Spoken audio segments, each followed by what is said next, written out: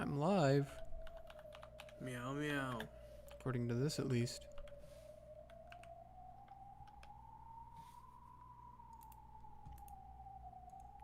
Oh. Aw? I figured out what stream attenuation does. What does stream attenuation do? It will lower the sound of whatever you're showing me on Discord through screen share when someone's talking. Ah. Yeah.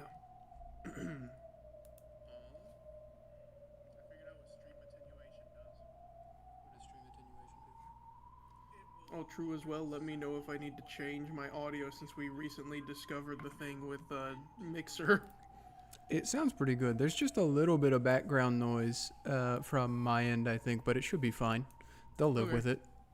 But that background noise basically is like the sound of air coming out of my PC. Oh, yeah. All right, well. Welcome back, everyone. Yeah, we're back. We are back. Finally. It's been 2 weeks.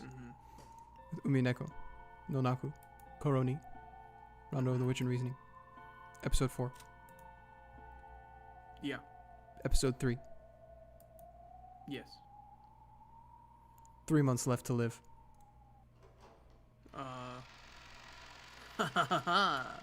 Oh my god, that is so blinding. Yeah. I have... how do I say it?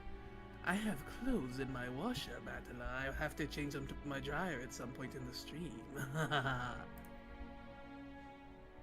What? That's me telling you that in character. I know, that was me being Battler in character. That was... Okay. Anyways. Let's do this. 3 months left to live. Yeah, true. 3 months left to live. It was last year when you said that, right, Dr. Anjo? I only spoke of what I could comprehensively determine from his physical condition at the time. Oh, this is awful. Because you know how I move around when I have this blanket on me. Yeah.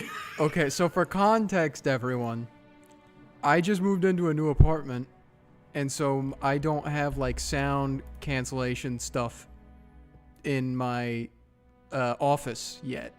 So it's very echoey in here, so I have a blanket draped over me and my computer right now so that, you know, I can reduce some of the echo. But because I move around and I do funny little things when I voice act for this, it is causing a little bit of a problem with the blanket.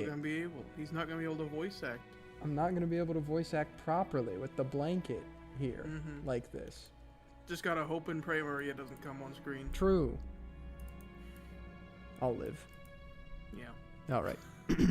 Unlike Kenzo. As a result, this year too, it just so happens.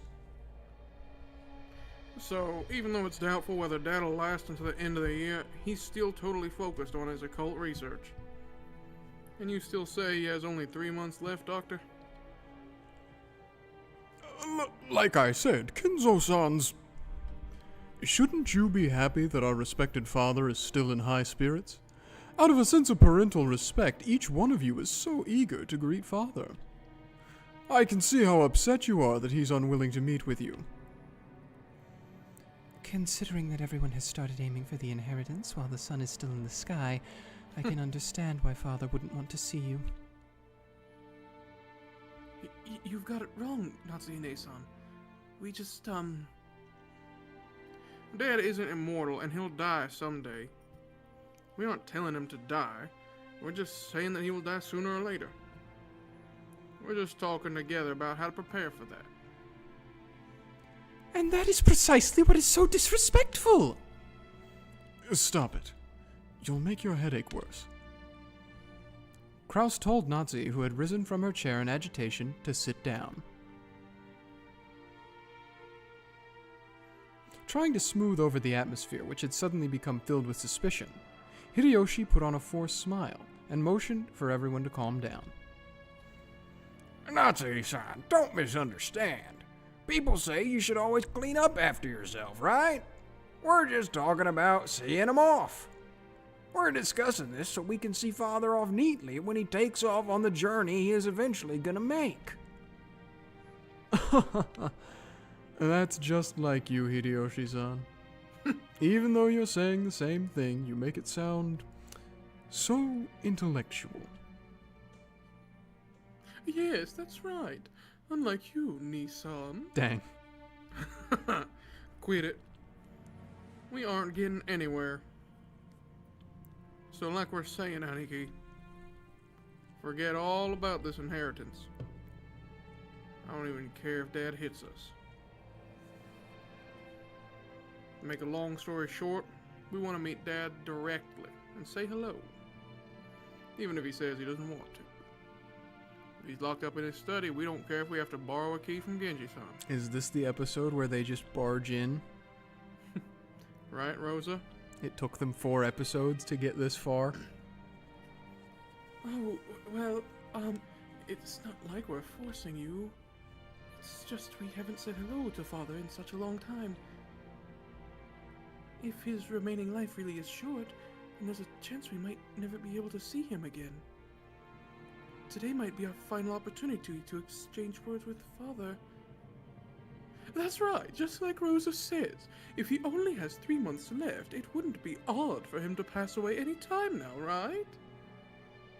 Are you saying that despite that, we don't even have the right to talk with him one last time? Yes.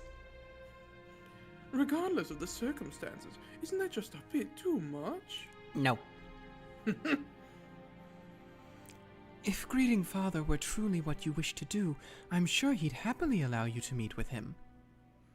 But Father has already heard about the disrespectful topic you hope to raise. No one would want to meet with you under those conditions. The reason you cannot meet with Father is because of your own doing and nothing else, is it not? Exactly. You shouldn't have to rack your brains to understand why Father doesn't wish to see your faces, right? Father has seen through all of your tight financial situations. What are you talking about? I don't have a clue what you're going on about, Nissan. Did you really think I didn't know about the state you're in? Eva and the rest realized that he had seen through to their current lack of funds, and alternating between bluffing and returning to the point at hand and arguing back, they repeatedly pressed Kraus to let them meet with Kinzo. The sweet smell of the black tea Rosa had gone out of her way to buy had been completely wasted. The only thing she was glad about now was that the children weren't here for this. The fact that they'd gone to play at the beach right after lunch had been their only salvation. Nice setup to show us where exactly we are in the story. Yep. Eva made as though to tackle Kraus, and Hideyoshi and Kyrie cut in between them, trying to calm both sides. Then Kyrie took a deep breath and spoke. I'm sorry, Kraus-Nisan. I know I'm an outsider, but I wonder if you'd let me say one thing. I have a proposition. What is it, Kyrie-san? First, and this includes my husband as well, for many years we have belittled the efforts you've made by living with Father and taking care of him. Isn't that right? Well, we've got it easy since we get to go outside, but Aniki's been babysitting Dad for decades now, and that must have been a lot of work. You're telling me. I'll accept that, but what's your point, Kyrie? All I can think of is like Kraus and Natsuhi, but actually no, they have separate beds, don't they? All I can imagine though is them just like each awake at night as Kinzo's screaming upstairs, and they both just have like bloodshot eyes. Yeah. Oh. I can We must imagine acknowledge. Jessica coming in being I threw up as well. I flew up. We must acknowledge that Kraus-Nisan is Father's caretaker. Isn't that right? We've always feared Father and have pushed the task of caring for him on to Kraus-Nisan. Why are we buttering him up? What are you hoping to do here? Everyone should acknowledge his efforts. Isn't that right, Eva-Nisan? Ooh. And so what? Nissan is Father's caretaker? Don't decide things on your own, outsider. Hey now, calm down. Kyrie-san, what are you talking about? Kyrie, please continue. We should be more grateful towards Kraus-Nisan and Natsuhine-san. We should thank them for always taking care of Father. It's our lack of gratitude that's to blame for these wasteful conflicts we keep having. Isn't that right, Kraus-Nisan? I'm surprised. I did not think you, Kyrie-san, would be able to understand our efforts, which even my true siblings have not stopped to consider. It's a natural duty for the successor to the Ushiromiya family headship. That's right. It's your responsibility as the successor to the headship, isn't it? It's because you take care of Father that we must acknowledge you as the successor. Hey! Why are you bringing this up all by yourself? You're just an outsider. Wait, Aniki. That's right. It's just like Kyrie says. Because you take care of Dad, you're the successor, Aniki. It's just like you said. Oh. Rosa noticed, and then Ava did. Ava's barking demeanor, what a way to put it, towards Yeah. Kyrie for advancing the discussion on her own disappeared in a flash, and she instead stared at Kraus and Natsuhi. Natsuhi couldn't understand that sudden change and was slightly flustered. I would be creeped out. Yeah.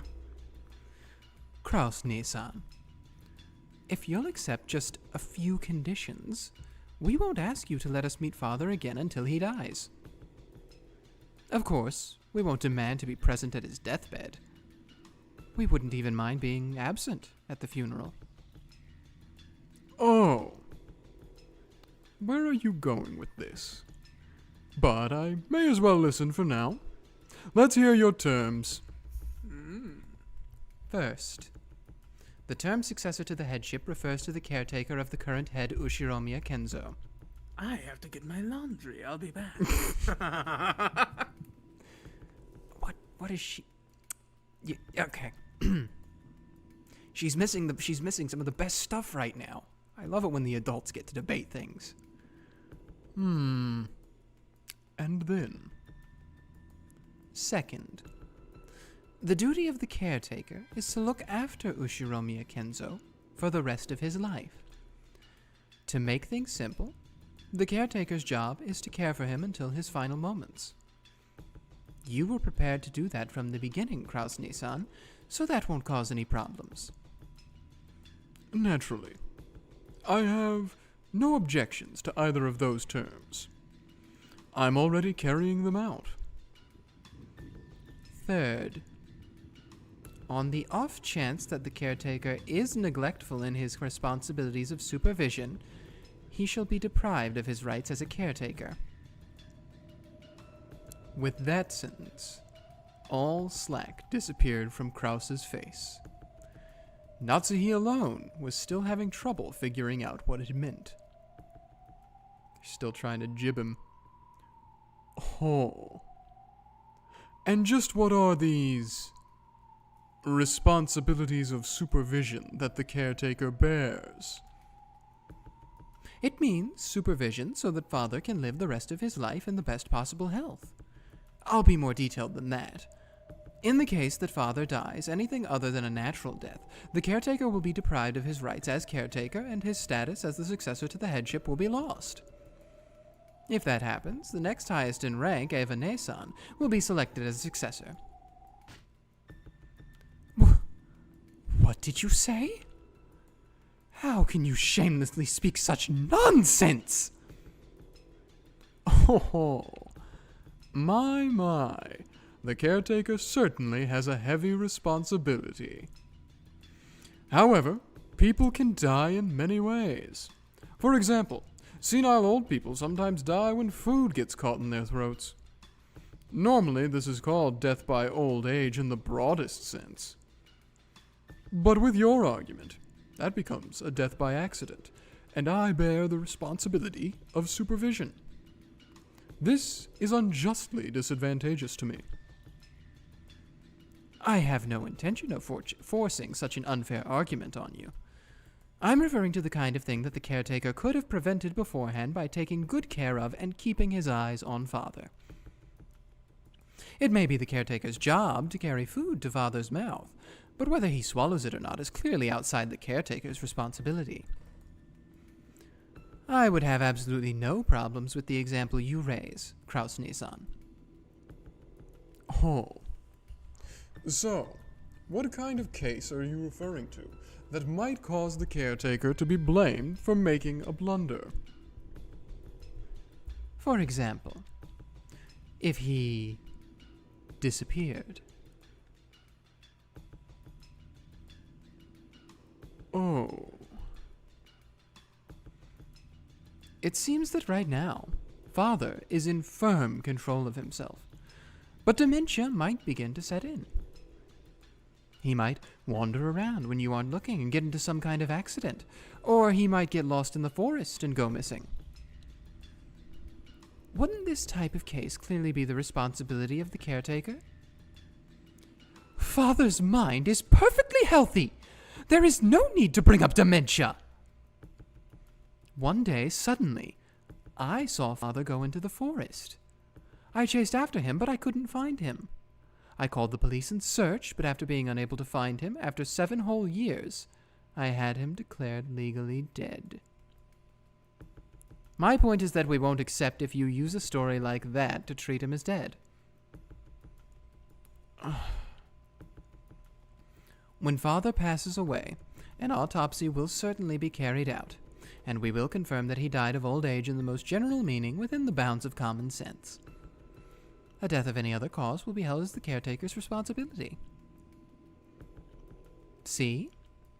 These are all things you have toiled away at all this time, Kraus-Nissan.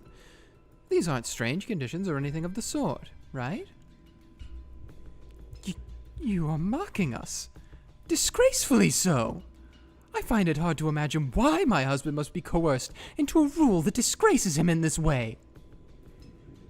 Actually, I've been suspecting it since last year.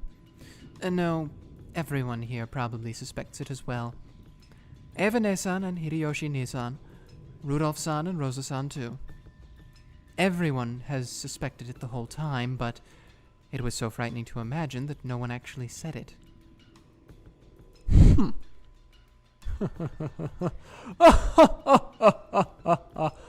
I see. So this is what you're trying to say. That Father is already dead, and that I've been hiding it. Ah, that's right. That's one of those theories I thought of as a key to solve the last mystery in the previous game. You mean the very last bit? The mystery of who killed Dr. Nanjo? That's right. The witch definitely said a lot in red. She mentioned the names of all 18 people and announced whether they were alive or dead, and then she claimed there were no humans besides them. But with this theory, I can weave my way through that gap. I see. So, this is one of the answers that doesn't cause those two to contradict. Makes sense. See what I'm saying? You catch on pretty quick. It's nice that I don't have to explain. And no 19th person exists on this island, and yet this trick lets us mix in an unknown new character. In other words, the names of all 18 people don't necessarily correspond to the 18 people on the island. Holy moly! I was gonna wait till I had a line to jump back in. I've been here for a little bit, I figured. but Yeah, you got a lucky streak there, man. It's been all me I know, for right? like... Oh my god, I never would have thought of this, though. Holy. Okay, well, now I know. Oh, this is gonna make episode 4 is gonna make my brain hurt, isn't it? it's gonna make your heart hurt. And it makes my brain hurt because of the 1998 stuff. That messes me up. That's it. The witch mentioned the names of 18 people one after another and announced whether they were alive or dead. And on top of that, she announced that there were no humans other than the 18. There was a single illusion in there. It wasn't guaranteed that the 18 names of people equal the 18 people on the island. Oh my god. There is an imposter among us. Yeah. When she named off all 18 people and announced who was alive and who was dead, she hid the name of culprit X and instead mixed in someone who wasn't on this island. By doing that, even though the culprit was on the island, she was able to leave him out of the list of living or dead people. There's another Eva-san somewhere. There's another Nanjo somewhere who's dead. I mean, Nanjo, that's a pretty common, I would think, Japanese name. So that one I could easily see as just being like, it's just some dude named Nanjo who was like alive in the 40s who died. But I don't know about the others because they all have pretty unique names. So that is a issue there. Dang you. Oh my god. I've forgotten Grandpa's name. Kenzo. Dang you, Kenzo, and your Westabu tendencies. Well, if you notice, so far he's been using the he/him pronouns. Battler's cooking something. He is cooking something. They did just bring out the what if grandfather's been dead this whole time and you've been lying about it. I mean, we haven't seen him any this episode so far. Not yet. So who knows? Wait, did I read this entire thing or did I get halfway through it? I'll just read it again. By doing that, even though the culprit was on the island, she was able to leave him out of the list of living or dead people. The person who was mixed in wasn't actually on the island, so he didn't count towards the total number of people on the island. I actually don't think I read that at all. Okay. By this, even though the culprit counted towards the total of 18 people on the island, it was possible for his name to not be listed. The two statements in red are completely independent, so this theory creates no contradictions. If someone's name was used to hide the existence of the culprit, that name must satisfy several conditions. First of all, even though this person isn't on the island, they've got to be someone we think is on the island. Otherwise, she wouldn't have been able to trick us. And it's best if this person happens to be dead. No alibi is more perfect than death. After all, at that point, the mystery was based on the fact that the crime was impossible for all 18 people. Is it something like that? Yeah, that's it. And that person was grandfather. Okay. Serve it up to me, Battler. Tell me how. Right now, there's only one thing Kyrie-san can be about to say. We thought grandfather was locked up in his study, saying that he didn't want to meet anyone. But there's a possibility that he's actually dead already. And that Uncle Kraus is lying when he claims that grandfather's alive. That's right. Grandfather was closed up in his room the whole time and no one saw his face. Maybe he was already dead. And Uncle Kraus and the others were conspiring together, trying to trick everyone. It's all just a bunch of recordings that they got Kenzo to do. Yeah. It's like, what's that old 80s comedy? Ferris Bueller's Day Out? Yeah. All the other siblings are actually just extremely stupid, and it's been Kraus, like, throwing his voice every time they go to talk to him. Nah, Kraus just knows what they're gonna say every time, so he has, like, Yeah. a recording that, is timed Yeah. appropriately, says the exact right response each That time. Kraus is the one that they say knows how to predict the future the best. He has good business sense. What can we say? Oh. If Kenzo dies, the distribution of the inheritance occurs. However, if Kenzo doesn't die, no. If he dies, but it isn't announced, the distribution of the inheritance won't take place. In other words, Uncle Kraus could have all of grandfather's wealth to himself. That's right. He's got more than enough motive. It's crazy that if they presented this theory in episode 1, it would have been like, oh, well, duh, of course. Like, that's what Yeah. everyone was thinking. Then. Literally would have But been now over. it's like, it's a game changer now. And Yeah. now it's like, whoa, but what if? Yeah. Maybe a 19th person X really doesn't exist on this island. But a person X existed. And that person was the 18th person.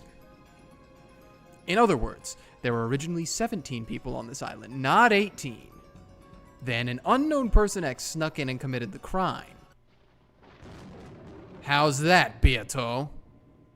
Come out! I've just solved the final, biggest mystery from last time. As Badler claimed that forcefully, the crisp sound of clapping came out of nowhere, and their surroundings turned bright. Congratulations. Becoming the usual witch's tea room.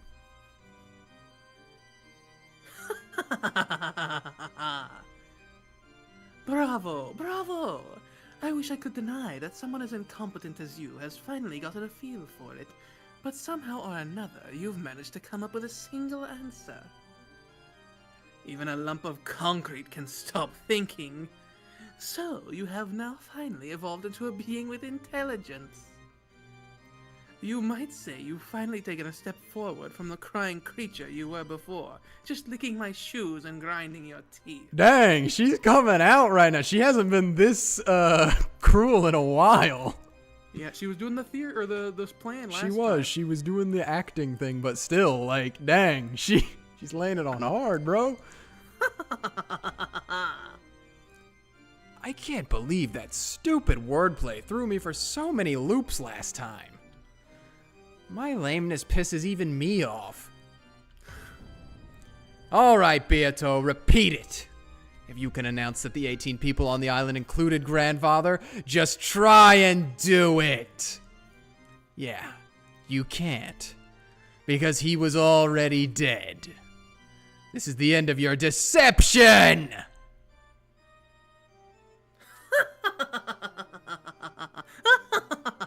I'm waiting for her to just do it right now. Well now, what have we here? Shall I slice that in two with the red truth? No, it might also be good to hold back for now and let you get all excited. If I'm going to push you off a cliff anyway, it would be more interesting to lure you to a higher place first. As Beato sneered obnoxiously, she looked like she was searching for an expression that would tick me off even more. As though she was saying that the answer I'd reached was impossibly ridiculous. Nah, that's what you gotta get to the ridiculous battler. Keep going. Keep getting more ridiculous. Compared to me, annoyed as I was with the witch's attitude, Gretel had a blank and composed expression on her face. Inside her mind is just hatred. Almost as though she'd expected the witch to act that way. I see. Just like how Battler has learned and grown, so has the witch. What's wrong, Beato? Don't act so tough. I asked if you can repeat it. Answer.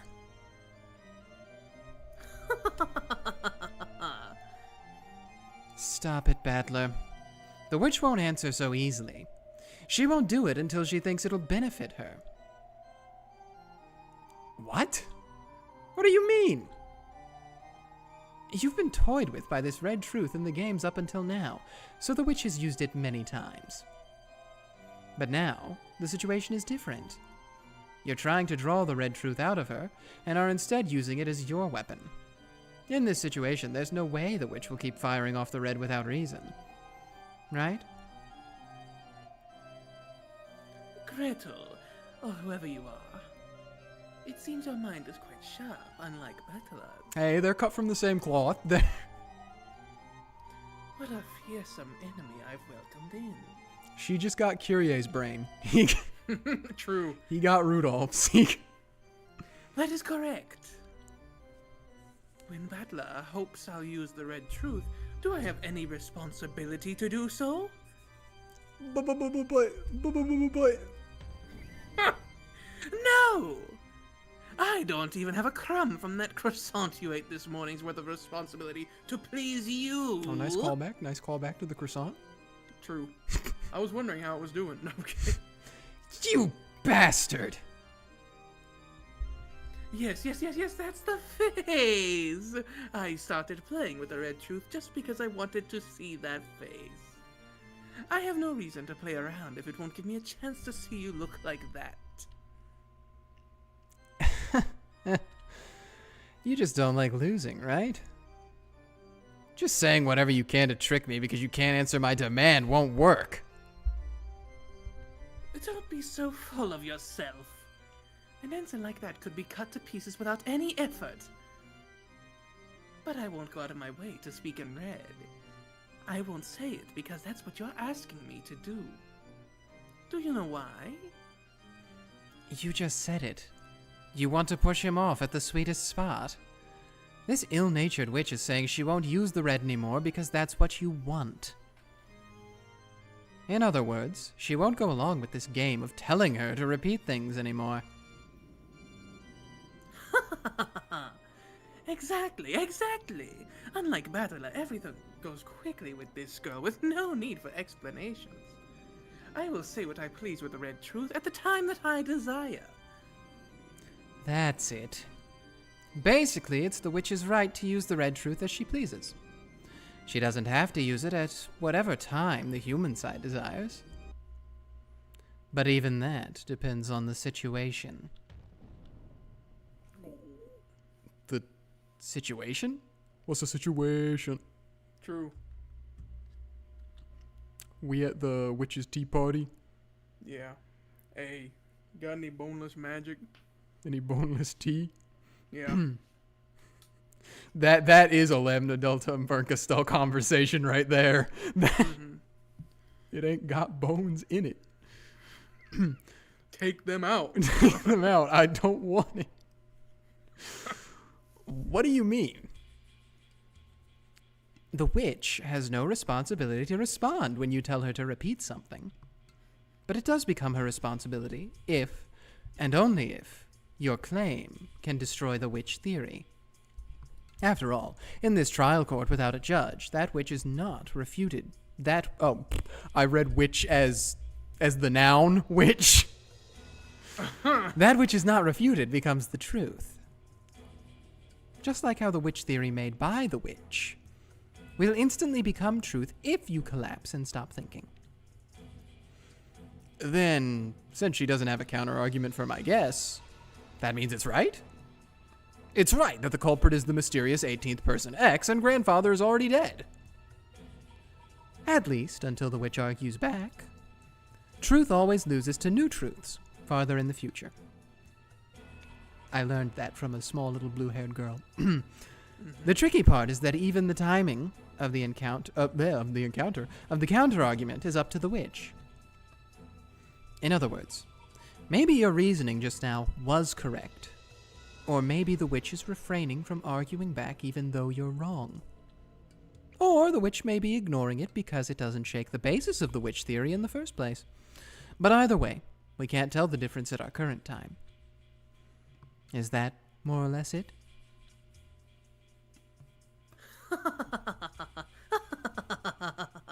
Damn you, Lady Bernkastel, for throwing in such a troublesome piece. Thanks to that, I'm losing all my lines. The witch has learned that she can respond to your demands to repeat phrases at a later time. Maybe you could even call it a delayed move. She's messing with me. So even if I announce some mistaken reasoning, there's a possibility that Beato will intentionally let me flounder about without denying that guess? And at the very end, when I propose an even more massive line of reasoning, she can cut it off at the base and spin everything around? She's done that to you like 4 or 5 times, brother. This has happened to you already. Yeah. A single piece of reasoning becomes a bridge to the next piece. By demanding that she repeat lines, I've been able to strengthen my position and advance bit by bit. But since that bastard Beato learned this strange delay tactic, I can no longer confirm or deny my reasoning. This is like finally finding a staff that'll let me search around in the darkness, only to lose it right away. I'm just stuck now, right? Don't stop thinking, Battler. Don't stop thinking. Don't give in. Hey, Battler, if you make a despairing face like that, I won't be able to stop drooling, you see? Dang. From the beginning, that staff was nothing more than something I gave you because you were so worthless. All this means is that you can finally challenge me without a handicap, right? But that alone doesn't change the fact that demanding that you repeat things is one of Battler's ways to fight back. As I already said, as long as it's something fatal that'll destroy the witch theory, the witch is obligated to argue back and therefore to speak the red truth. While the timing of that counter-argument is up to the witch, it must be performed eventually. Isn't that right? That may be so. If I cannot deny the tricks done by humans theory Battler lays out by the time the game ends, Battler will use that as a reason to deny me, and it will be possible for him to proclaim his victory. So, should we view this as a restriction on the witch's side? That the trick theory laid out by the human side, in other words, what he tells you to repeat, must be countered during the game. During the episode? That is so. Battler's goal is to show that he can explain the entire pleasant game I have laid out on the island with humans and deny me. If Battler succeeds in that, at that time he will become the victor of this game. Let me confirm the rules. Should we view the time the game ends as referring to 2400 on October 5th, 1986, going by the time of the Rokenshima in the game? I have no problems with that. At the time the game ends, the human side must state a theory using tricks for all of the mysteries. And if the witch side cannot argue back, the human side can proclaim its victory. Does that work? Let us be more specific. When the game ends, the witch side will be given a chance to argue back. Which side? No. Let's decide on an amount of time. 1 minute. If you cannot carry out your counter-argument within 1 minute, victory will be proclaimed. Then allow me to impose the same rule on you. At the time the game ends, the human side will be granted 1 minute to counter the mysteries it has been given. If even a single mystery has not been countered within that time, it becomes the witch's victory and that game is over. It would be such a killjoy to have the game stopped for lengthy consideration, right? You asshole. Moving things along without me. But I more or less get what's going on. Even if the lines I demand that you repeat aren't countered instantly, they gotta be countered eventually. Yes, that's right. And that must happen before 0001. The first minute on October 6th. 1. But be careful. She only has to cut up one of the things you tell her to repeat. You can't proclaim your victory unless you solve all the puzzles.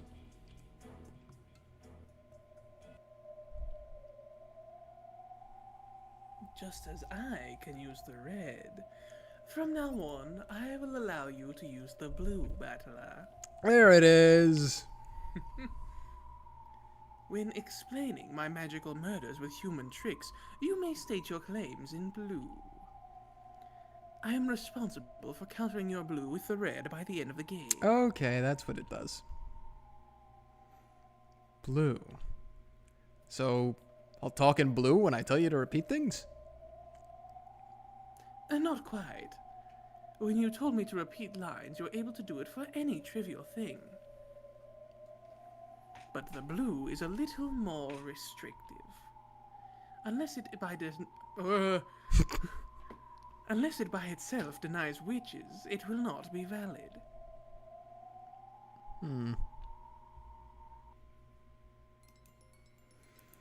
It's starting to get confusing, but it's more or less something like this. For example, let's take one of the riddles in the past where I asked her to repeat something. The actual number of master keys is 5. That had been to confirm that there really were 5 master keys when she claimed there were no more than 5. But since that by itself wouldn't deny witches, I can't say it in blue. So in order to speak in blue, I need to say something like this. The actual number of master keys was greater than 5. The culprit entered or exited the room with that extra key. Only then would the witch who had claimed this was a closed room murder made with magic be responsible for making a counter-argument. In other words, I can't demand that she repeat something like that. I can't demand that she repeats something that merely confirms the premises of my reasoning. That'll probably be a significant disadvantage for me. Crap. It's enough to make the red Beato used to toy with me, until now look extremely merciful.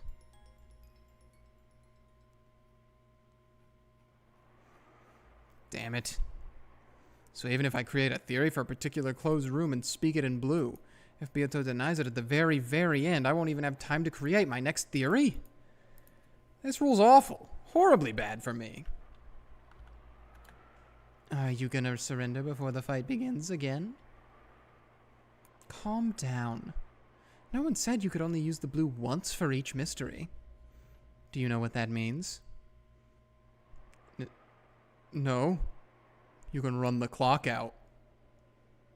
What does it mean? In the pitiful way you've been fighting up until now, you've made a single theory, glanced at the witch's complexion, and if that one didn't work, then you'd start making another theory. You won't corner a witch like that. Then how should I fight? You don't mean... Yeah, that's right. You don't attack her riddles with a point. You assault them with a wall. You said so yourself in an earlier game, that the force of your reasoning should be like that. Assault with a wall. That's right, I said so myself earlier. Guessing and trying to expose the mystery is like trying to shoot a distant target with an arrow. Until now, I've just been shooting off arrow after arrow, asking the witch if I scored a hit, and then preparing my bow once again, once I've told that I've missed. There's no way I'll hit at that rate. Bullets might be a better example than arrows. If you take one shot after another at a distant target with a handgun, you probably won't hit it easily. So how can you hit it? If a handgun doesn't work, use a shotgun. Instead of a single bullet, beat her down with shot comprised of countless projectiles at once. Shot scatters, so it impacts a wide area. That makes it optimal for shooting small, fast targets like birds. That's right. There's no rule that says I have to guess like a pistol, shooting off one shot at a time. Making a single theory and just hoping that it hits is no better than stopping your own thinking. Blast away with a massive number of bullets, of guesses, and make them impact like a wall so that only one of them hitting the target is enough. Blue, huh? I get it. If your red truth is a razor-sharp katana, then it looks like my blue is a shotgun. No, a machine gun whose firepower will turn the witch into a honeycomb. I see. So it's an awkward gun that fires many shots. That sort of crude analogy is just like you. The climax of a detective novel is always the same. The famous detective gathers all the suspects at once and displays a single trail of logic that works splendidly. Almost like William Tell spectacularly shooting through an apple with a single arrow. That's why I mistakenly took that to be a virtue. It probably would be splendid, if I could shoot through the truth with a single guess. But that isn't realistic. Look at real wars. Do they really have everyone pull long guns out of the trench, aim really well, and take shots at each other one at a time? They don't, right? They fire rapidly, they fire all over the place, they pin down the enemy with a barrage. Reasoning is the same way. Because of that weird virtue, I've been stuck thinking it's better to take one line of reasoning at a time. We humans can fire off countless guesses and possibilities. The bullet is the power of the imagination. Suspension of thought is a clogged barrel. The pathetic way I've been reasoning up until now is like a pea shooter. I've been so lame. Weakly firing off shots, getting them denied in red, and then taking the next bullet and reloading. My blue truth, which claims that humans and tricks are what's real, will overpower its target. The illusion told by the witch with its firepower and the force of what I can imagine. This is my Ushiromiya Battler's fighting style. I really wanted to say Hero Academia. Thanks to you, I figured out my true fighting style. Thanks, Gretel. You're welcome. Makes me think of how pathetic I was before. Yeah, it's like Beatrice said. I've had a handicap up until now. I'll acknowledge that. New rule, understood. I have my own way of fighting. I'll show you it.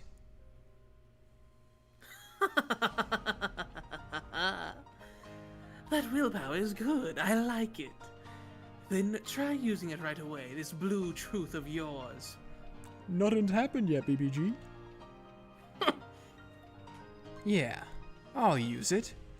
With this blue truth, I'll break apart your witch theory, which states that only a witch culprit was possible because everyone had alibis. We inch closer to tiny bombs with every passing minute, and Yes.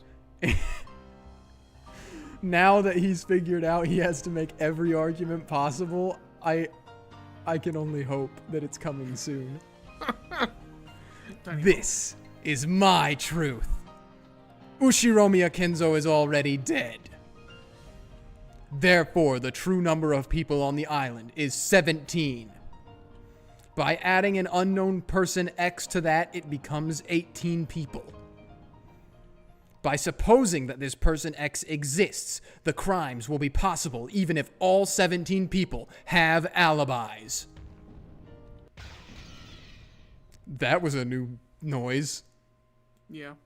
So, interesting thing about that, the red text obviously has the sound effect, and the blue text now has the sound, the thudding sound, which I think is really cool because it's an exact mirror of what they just talked about. Yeah, it's the red's a shotgun katana. and the katana. Yeah. Anyway. Back to this. In short, if you keep preventing us from meeting with Father, we will have to accept the following theory. Simply put, Father is already dead. But you're hiding that because you don't want the inheritance to be distributed.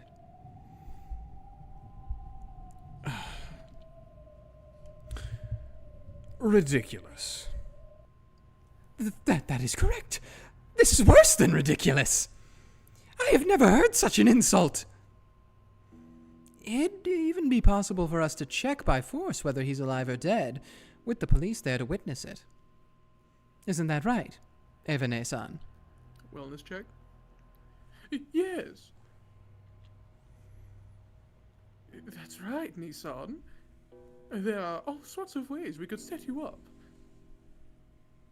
Sorry, I'm fixing my blanket. It was coming off a little bit. We could easily arrange for a situation where you'd have to hold a meeting with Father under the supervision of a third party. That's me. Still, I think that would bring a lot of shame to the Ushiromiya family. That's why I'm making this proposal. Here we have the responsibilities and duties of the caretaker. And a penalty in the worst-case scenario. If you consent to those terms, we'll be able to refrain from doing something like dragging Father outside. Yeah, that's right, Aniki. Didn't you just say it yourself? You're carrying out your natural duties as Dad's caretaker. Kirie's conditions shouldn't be anything to worry about, right? Why this overreaction? Are you really that worried about having the position of successor dragged out from under you if Dad dies something other than a natural death? Or else what? Do you have some reason to think Father might die something other than a natural death? How could I? I see. Now I too understand how Father feels. How pitiful his later years have been for him, unable even to die as he pleases. Oh, My headphones have gotten caught on my mic stand. Oh my god, I'm being pulled. Kraus! Kraus, look out! Kraus, look out. Kraus, there's been a second mic stand. Oh. Okay, now everything's whopper job for me. Wait. Technical difficulties. Yep, give him Not a even second. technical difficulties, physical difficulties on I'd my like end. To imagine going into Umineko, but like for some reason just choosing to believe in Kraus for everything. That'd be fun. Kraus is right. It's like when I played, when I did Assassin's Creed Valhalla, and I was like, you know what? I'm just gonna agree with my brother for the entire game, and it made decision making way easier. Oh. And All apparently it was the good end. Okay. I have fixed myself. All right. What does the goat have to say? Not you. Yes, his. Something just. Something What just happened? What just happened over here? Okay, I think that was just the blanket adjusting itself. Something did just happen, in fact. Yes, his later years truly have been pitiful. And the thought that these later years are already something of the past is exactly what we're suspecting. You could completely clear the suspicion away by just letting us meet with Father. So, even after being humiliated by us this much, you still won't allow us to meet with him, Kraus-Nissan?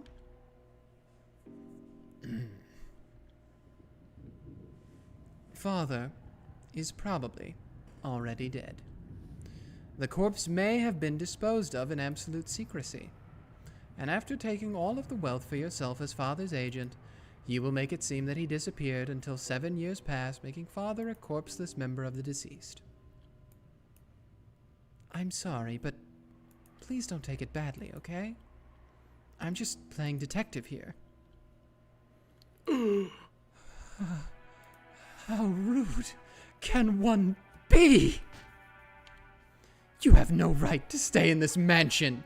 Leave immediately. I won't permit you to cross the threshold of this house again. It worked last year, but you've used up your luck if you thought it'd work this year, too. Father's in a bad mood, so he can't meet with us? That was plenty suspicious last year, and yet you're doing it again.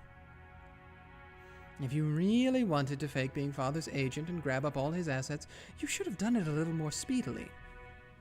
Making him disappear without waiting for today's family conference. You really are naive, Kraus Oni-sama. She used the sama. Yeah, and Oni. Yeah, Oni-sama. What? Did I activate, huh? What? Why did that go? I didn't touch anything. I don't know. Okay. I have no idea what you were. However, if it's a fact that Father's in a bad mood, and you're preventing us from meeting him as part of your responsibilities as his caretaker, then it's a very wonderful thing that you're doing. In that case, if you just accept our conditions, everything will be settled here and now. After all, you care so greatly for Father, Kraus-Nissan. There's no way Father will die in a manner that leads to trouble during the autopsy. After all, Father hates hospitals, so he'll pass away in his study, right? An autopsy will certainly be carried out no matter what happens. The only way to kill him without an autopsy would be for him to disappear. Enough, Kyrie-san. I think you've bullied Nissan enough. Eva rebuked Kyrie in a sickeningly kind voice. Considering the situation, that was impossible. Which is why it was sickening. I'm sure Nissan has his own difficulties to worry about, as well as his pride. True, Nissan might consider that one of his natural duties, but if you force him to put it on paper and assign penalties, I could hardly blame him for getting upset. Don't you agree, Rosa? Yes, that's right. She might have made light of Kraus-Nissan's pride as the eldest son a little too much. I'd feel bad for him if we were to force him to sign a statement regarding the duties of the caretakers Kyrie-san has laid them out. That's right. You're doing a good job, Aniki. Taking that into account, we might consider avoiding all that about signing strange papers and worst-case penalties. And leave everything to you. If you just give us $15 million. Yeah. Yeah. You people. Is this the first time we've seen this Kraus sprite? It might be. I was just thinking the same thing. Not just Ava, but Rudolph and Rosa as well, with unnerving smiles on their faces as though they'd planned this beforehand, began closing in on Kraus. They now understood perfectly how Kyrie had cornered Kraus, and exactly where she was prepared to compromise. We were talking about a signed statement regarding the responsibilities of the caretaker. But even without signing such a thing, you can make it so that we'll never demand a meeting with Father again. If you can prove your fitness as Father's caretaker with a form of guarantee other than a signed statement, that is. Are you telling me to pay security money?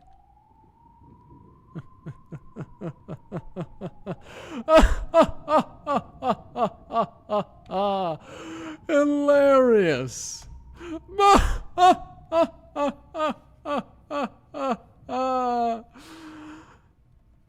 The security money will be paid to Ava-san, Rudolph-san, and Rosa-san, 3 billion yen each. As a deposit, you will transfer 10% of that 300 million yen before the year is out. Oh my gosh, hold up. Fishy aromas on. God dang. 9 billion? I don't have that kind of money. After Father passes away, you should be able to work it out. We've managed to investigate at least that far. You should be able to handle the deposit of 900 million yen in your current financial situation. And it should even be possible for you to borrow it from Father, right? There's no need for obvious charades anymore. How unpleasant. Truly unpleasant. It isn't that. Even just the discussion of Father's inheritance was far too disrespectful. Father is already dead. My husband is hiding that and keeping all the money for himself? I have had enough of this. None of you are qualified to bear the name Ushiromiya any longer. Calm down, Natsuhi-san. We've all said all we need to. Why don't we leave it at that for now? This is happening all of a sudden and on a massive scale. We might even be getting agitated ourselves. Why don't we take a break for a while and cool our heads? Kraus-san probably just needs a little time to himself. Right, Kraus-san? Time? And why would I need something like that? That line would go hard from almost any other character. Don't worry. We aren't thinking of anything shady. We're just so eager to see Father that we've started grumbling a bit. And Kraus-san, I know real well how you're dying to get back at us for the things we've said. If you're willing to go so far, then you just need to let us meet with him. Right? Isn't that right?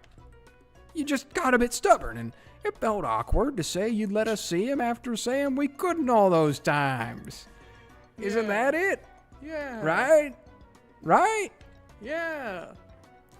It certainly does seem that my husband has lost his composure slightly, just like the rest of you have. We were only refusing stubbornly out of respect for Father's desire not to meet with everyone. Indeed. That's right. It was turning into another sibling fight like the old days, and I started feeling stubborn as well. Let us cool our heads. I understand how much you all want to meet with Father. I will pass that on to him. I'll find some way to convince Father to meet with you. Will that do? Yeah. I think it'd be okay to give Kraus Nissan some time to persuade Father. Yep. We're counting on you, Aniki. Please persuade him to meet with us. After all, you're Dad's caretaker. And as for persuading him, let's set a limit on it to sometime tonight, okay? When tomorrow comes, we'll confirm Father's well-being, even if we have to break down the door to his study. You have no problems with that, I take it? Nissan? Do as you like. I see. It seems even the time I've been given to persuade him is short. Let us go, Natsuhi. We shall ask him to join us for dinner at least. Right. Kraus left the parlor with Natsuhi. Once their footsteps disappeared, Hideyoshi took a deep breath, smirking and flopping onto the sofa. I'm surprised all the gaggle in this room didn't jump up and high-five. Kiryu-san, you're a frightening person. Sorry for speaking out of turn. I apologize. No. You didn't corner him like we'd originally planned, but in the end, this was even better. Just like always, I've got to bow my head to you. But can he really prepare 900 million? I believe we estimated that 750 million would be the most Kraus Nissan could afford with his current financial situation. Isn't 900 million gouging him too much? If he can't do it, that's fine too. If we do something like lowering it to 750 million so Kraus Nissan can save face, it'll look like we're compromising, and it'll be easier to settle, right? And if he really does come out with 900 million, that's even better. Nissan is probably having a strategy meeting with Natsuhi-san right about now. It really will be interesting to see what kind of twisted logic our proud Nissan comes up with as an excuse. Convince Father? There's no way he can. There's no way to convince someone who isn't even there. True. I agree with whoever did that.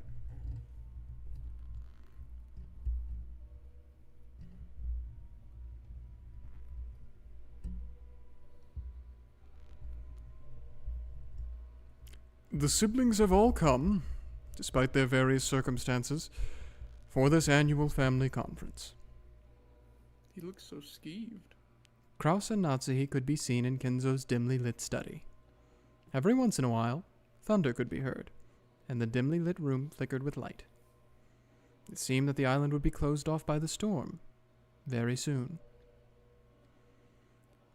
Father, please, just this once, show those disrespectful people the majesty of the head.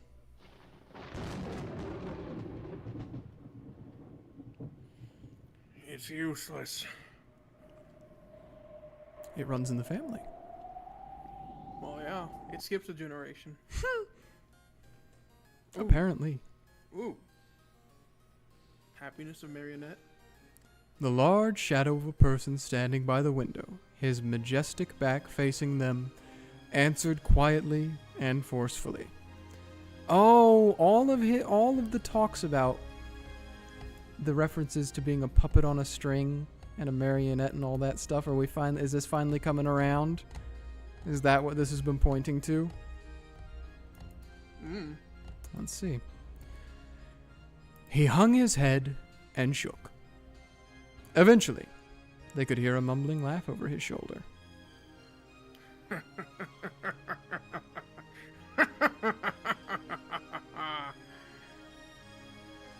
It's useless. It's all useless.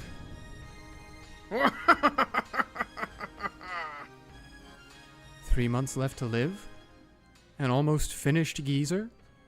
To whom exactly are you referring? You fools! I just got an achievement called Goldsmith, and the description is, "You fools." Real. Why he look like that? He's angry. Did you wander over here because your siblings threatened you? Know your shame! As Kenzo turned and brushed his cape, it flashed forcefully through the room's stale air. That air pressure truly signified Ushiromiya Kenzo's majesty and willpower itself. After being blown back by that wind, it wasn't strange that Kraus landed on his butt.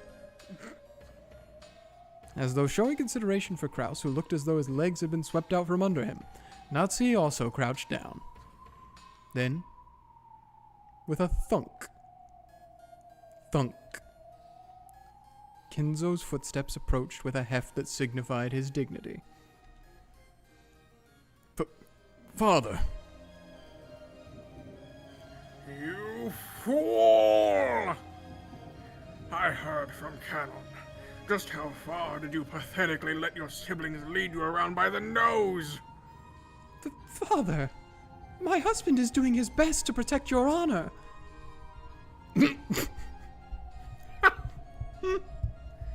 Without lending an ear to Natsuhi's words, Kenzo extended his palm to Kraus's collar as the latter sat on the floor. No, he curled his fingers, leaving only his pointer finger out, then took that finger and pressed it up against Kraus's collar. Twisted. Yeah, twisted, and slowly, with just one finger, picked Kraus up into the air. Holy moly. You really are a pathetic fool. You let your wife speak in your defense. If you have an excuse, give it yourself.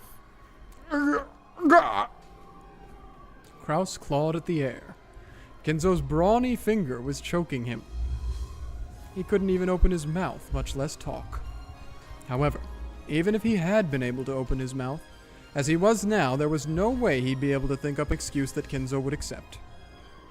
Still, how could this power be described? No one would call Kenzo an old man after seeing this superhuman strength. Father, my husband is fighting in his own way. Please, forgive him. Natsuri. Fighting is a process you go through before winning. The process you go through before losing isn't called fighting. That's called being pathetic. You call this my successor?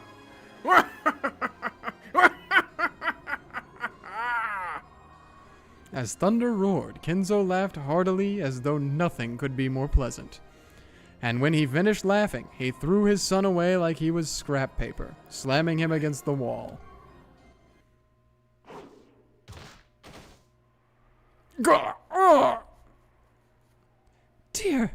Dear, are you okay?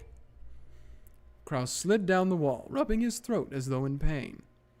Natsuki ran up to him and looked after him. But without showing any interest in the two of them, Kenzo returned to the space near the window, as though he had been there the whole time, and looked up at the thunderclouds of misfortune. I thought I would have no regrets in my life. If only I could meet Beatrice. But it seems it won't go so smoothly. It was promised from the beginning that nothing received from the witch would remain. However, the Ushiromiya name is not the property of the witch. Who is fit to succeed that name? It seems that this alone must be resolved by my own hand. Rejoice, Kraus! I have changed my mind. Is he gonna go downstairs? I'm so excited. Father. So... I have no desire to have dinner with you cowards. However, I will attend the family conference afterwards. He's gonna die.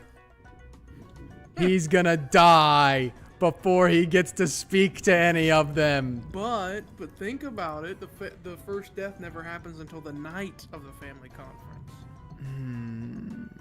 Okay. Father, thank you very much. There, I shall make a great announcement regarding the succession of the head. I will resolve your foolish quarrel myself.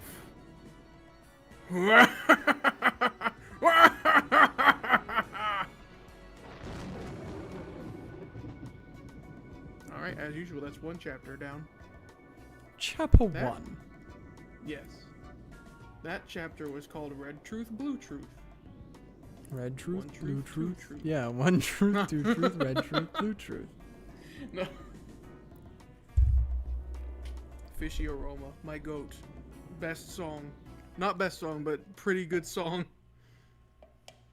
We still have yet to hear the funny one. The funny one. Happy Maria. Ah, yeah. Forcefully opening the door with a clunk, Rosa flew in with Maria. Oh, is this after the forgot her out in the rose garden thing? Is Genji-san or anyone there? It doesn't matter who. Bring us a bath towel. Yep. Yeah, we've been here before. We've been here before. We already know. You know, we haven't seen like a servant like this whole time. No, not this episode. Not this episode, yeah. There was already a full-blown typhoon outside, and it was starting to pour down hard. Even though she'd had an umbrella, Maria had been in the rose garden amid all that wind and rain the whole time. She's fine. Yeah, she'll be alright. She had grown ice cold. Builds immunity. Mm-hmm. Builds character. Maria had gotten into a minor fight with Rosa in the rose garden and had been told to stay there. What? No A way. minor fight. She had done as she was told and had continued to wait in that spot even though the rain was pouring down. What? Why would she do that? Rosa certainly had gotten a little emotional and angry. What? I'm done. But Maria's stubborn whim was probably more to blame. Yeah. The cousins, who had seen that exchange, were relieved to see that the mother and child were close to each other again.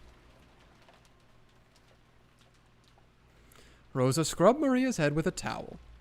She seemed overcome with worry that Maria had gotten a cold, but Maria herself was nonchalant.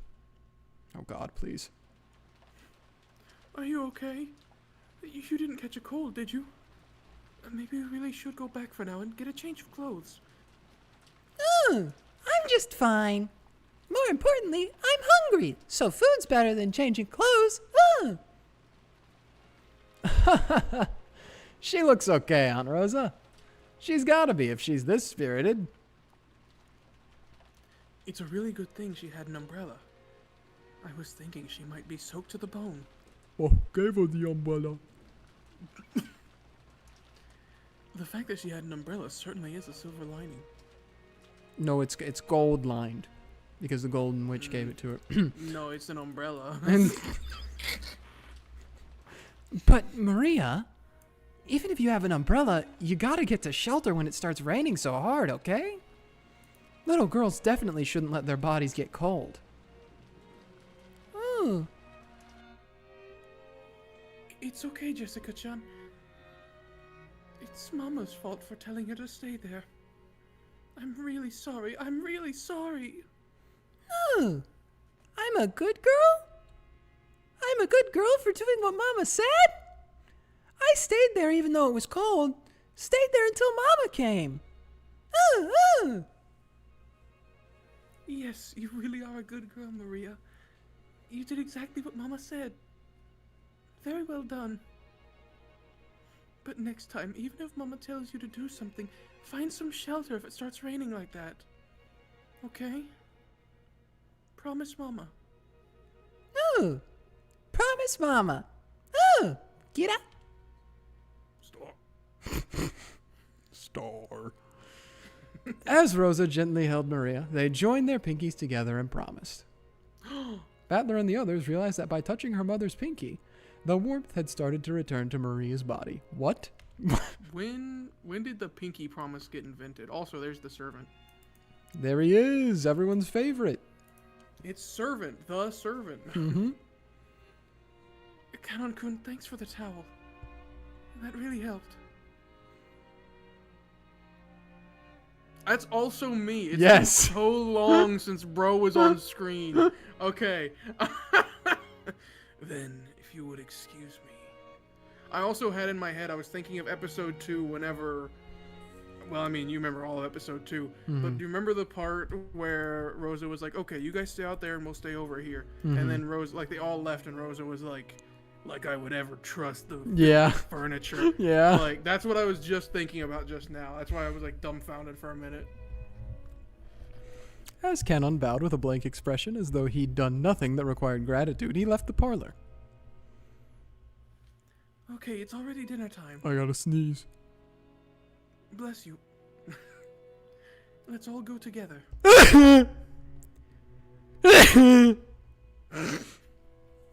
Normally I muted myself, but I mute myself for that, but since I announced it this time, I wanted everyone to get to hear it. Good, it was a comical sound effect.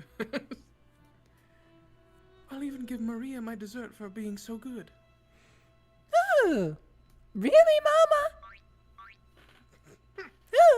Get dessert. Love Mama. Love Mama. Hey, Maria, don't jump around. Mama loves you too, Maria. Love Maria. Love Maria. I love Mama too. Love Mama. Ooh. Wow, even her. She's sick. She's Yeah, true. Something's wrong. Dr. Nanjo. Ooh. Rosa and Maria looked really close. Even the cousins who watched started to feel a long-forgotten warmth fill up their chests. I'm scared. You know, that might be the age when you're on your best terms with your parents. It wasn't like that for me. Mom was always yelling at me to study, study, study. And that's because they love their children. A parent's love isn't always gentle and indulgent. My mother was strict with me too, but now I realize that it was because she treasured me so. Ooh. Love Mama. Love Mama. Love Maria, love Maria. So shall we get some food? And let's be friends and hold hands. Ooh. Be friends and hold hands. Mama and me. Friends. Friends. Yes, that's right. Mama and Maria are friends. What is happening? What? We'll always be like I feel like the visual novel is mocking us right now. I love you, Maria. Okay. Okay. What's going on all of a sudden? Yeah, me too, Battler. Me too. What's up? You are in fact Battler Pill. The sudden sound had come from the teacup Gretel had been holding, which had fallen and smashed. Oh! She actually dropped it. Sorry. I got careless. Sorry for dropping it. The cup on the floor had smashed to pieces. Would it really have made such a sound and smashed to pieces just by being dropped from that height? Even someone as thick-headed as Badler could realize that she was in a bad mood over something. But he couldn't understand why she had suddenly grown so displeased. Hey! When she made to bend over and pick up the fragments of the cup, Ronave appeared out of nowhere and stopped her. You will injure yourself. Leave the cleaning up to me. Shall I bring you another cup of black tea? Holy shit, where did you come from? No. I don't need it. I guess a demon's black tea just doesn't match my tastes. You know, another thing I gotta say, and I don't know why I was thinking about this, but of all characters to do the mewing thing, I think it would be Ronave. Envision it. Envision him, like, putting his finger up and then doing the line. Bro, you gotta stop saying these things when I'm taking drinks. I'm sorry, but him showing up out of nowhere, it just made me think he would do that. I don't know. He kinda has that pose already, right? Doesn't he? Of like you could see him just taking his hand and tracing his jawline. Anyway. Bye-bye. Yeah. Oh, to think there's someone whose tastes aren't satisfied even by Ronave's tea. I must respect your discerning palate. I'm getting bored, so I'll go out for a second. Bored? Wait a sec. This is where things start to get interesting. About now, Maria's probably going to say that she got an umbrella and a letter from Beatrice again, right? This is the essential part. Excuse me. Sorry, I'm counting on you to clean this up. I don't want to deviate again, but Battler just then made me think of like typical Star Wars fan. No offense, but he was like, "You're getting bored. This is the part of the movie where they blow up the Death Star." Oh. Okay. Leave it to me. Without saying anything else, Gretel disappeared of her own accord. Her form literally melted and disappeared into thin air. Oh yeah, I keep forgetting she actually is a witch too, huh? Yeah. There was definitely a displeased expression on her face. But neither Battler nor Ronave, and of course not Beato either, could understand why her mood so suddenly worsened. Is it because she, saw Maria? All that remained was the scent of the black tea she'd spilled.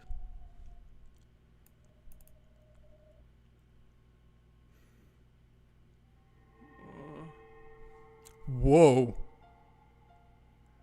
I don't like it. I'm assuming this is Ange.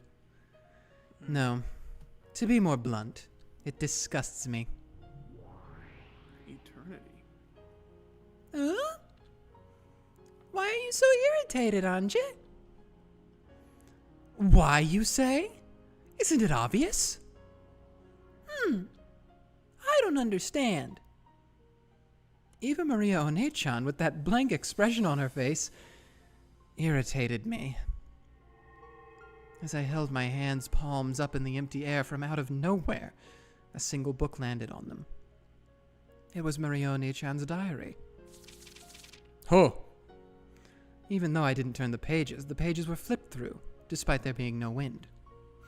And the door to Maria One-chan's world opened.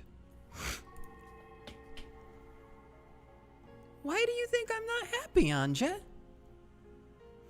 Think about it objectively. By objectively, you mean from your viewpoint, right? Are you trying to say that the truth is different for me and you, Maria One-chan? Truth can change its form depending on the observer. And observers from the future always overwrite that form. Ange, what are you trying to do to my happiness? The pages of the diary were flipped through at greater and greater speeds. Then, a brilliant light poured out from the depths of the diary, swallowing up everything and painting over everything with white.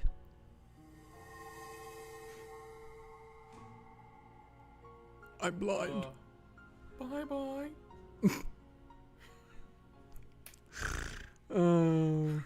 2024 Umineko memes. True. Okay. Sorry, Maria. Mama has to take care of some urgent business that's piled up, so I need to stay holed up at the company for a while. Is she upset because she's perceiving Maria and Rosa's relationship as fake? Is that what it is?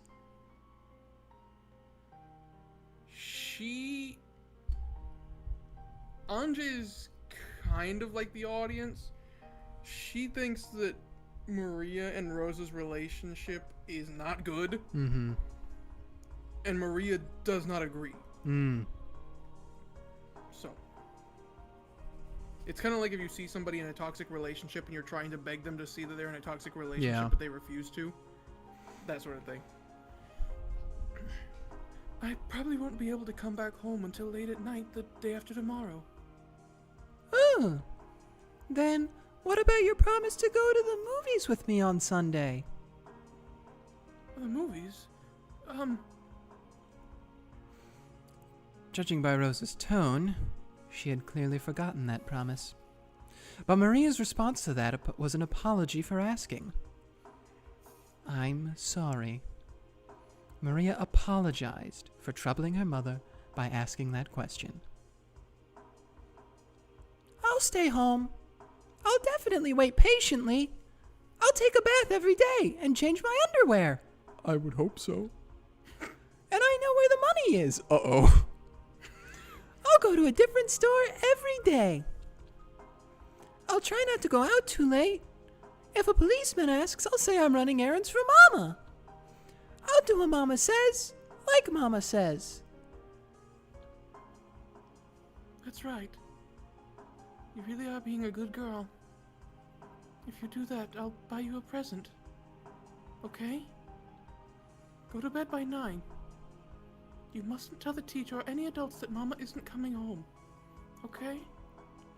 Yes. So, Mama, do your best at work.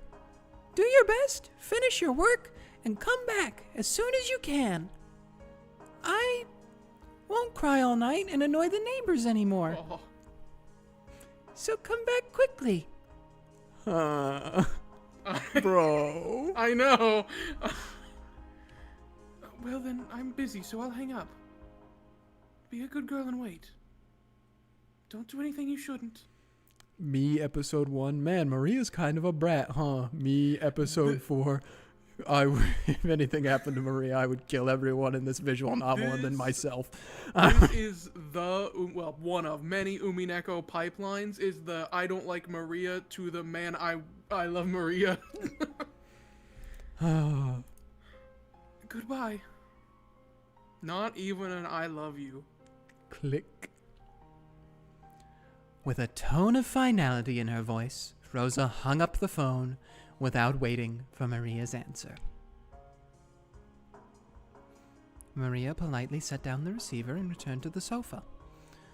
There sat the stuffed animal, Sakutaro, with whom she'd been watching TV until a second ago. Sakutaro was holding the remote control to the TV. Aw. The TV had been turned off because of the phone call.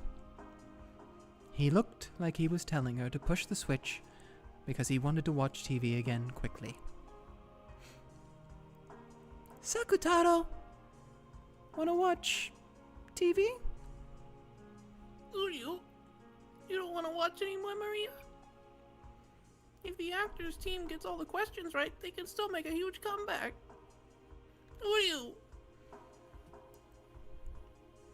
Bro, okay, wait, I need to calm down.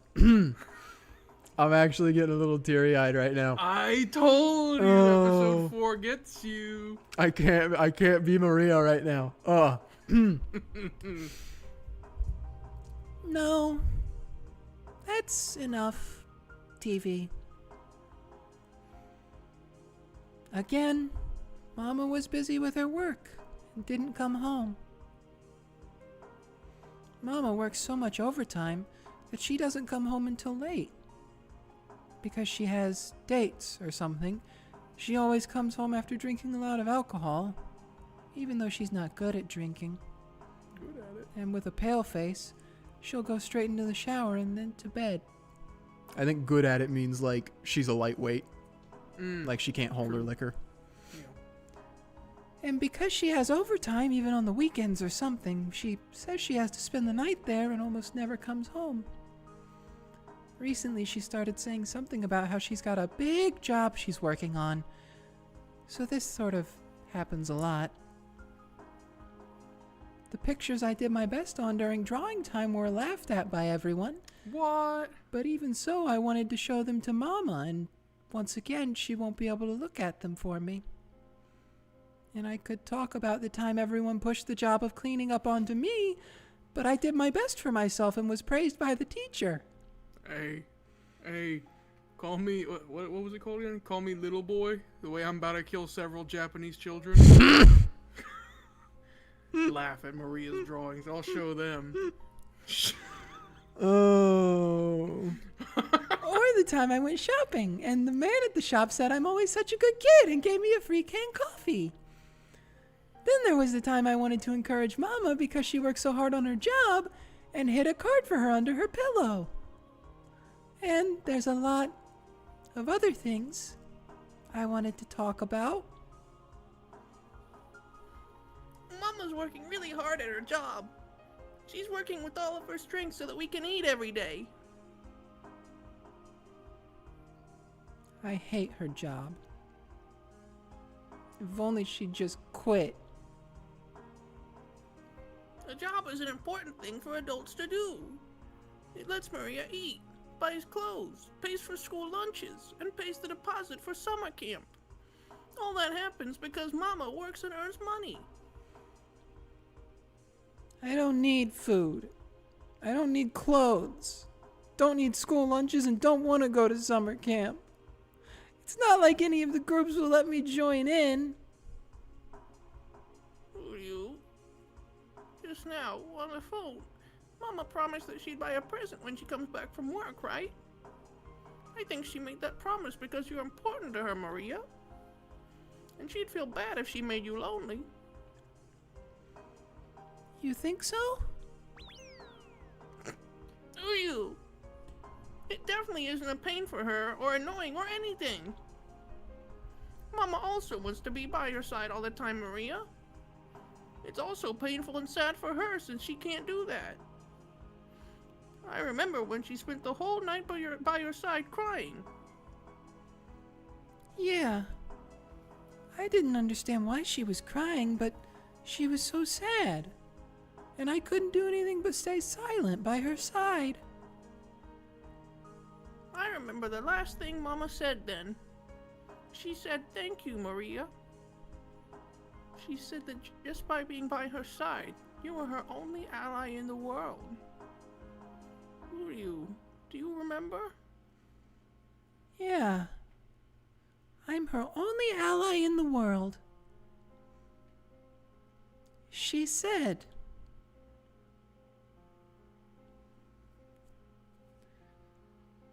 Sakutaro set the remote control on the table, crawled up onto the sofa.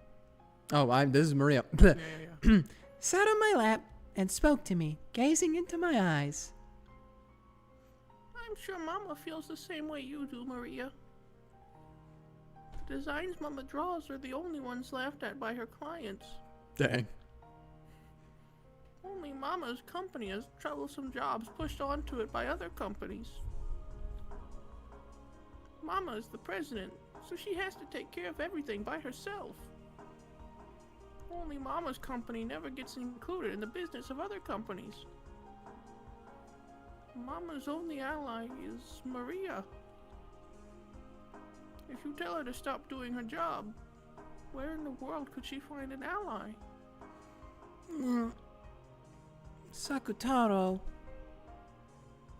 The only person I have in the whole world is Maria. The only person Mama has in the whole world is Maria. What about you, Maria? I've got Mama, and I've got you too, Sakutaro. So, Maria, you aren't lonely at all. Are you? Oh. Since Mama's busy with her work, she can't be together with you very often. But please, don't blame her for that, Maria. In exchange, I'll always be here. We'll be by your side forever. So don't cry, okay? You...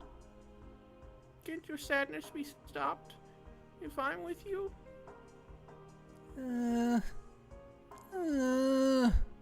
Sakutaro.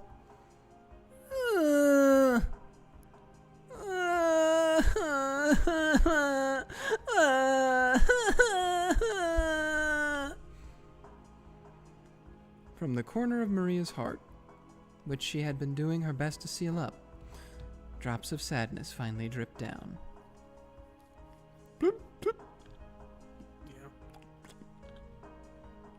Drip, drop, drip, drop. Pleen, pleen, plon. What if water sounded like that? What? Pleen, pleen, plon? No, what I did. I'd be very upset. I probably would never bathe. Oceans would be a sheer nightmare. Yeah. Even though weekends when Mama didn't come home weren't that rare a thing, it wasn't as though a night was particularly painful or sad compared to other nights. And yet... What? I'm confused now. And yet, You're jumping, yeah. Maria's tears poured down. You. Maria, don't cry. I'll always be with you. Even if you cry, Maria, I won't. I'm a lion cub, so I won't cry even if I'm lonely. Even though I want to cry too, I won't.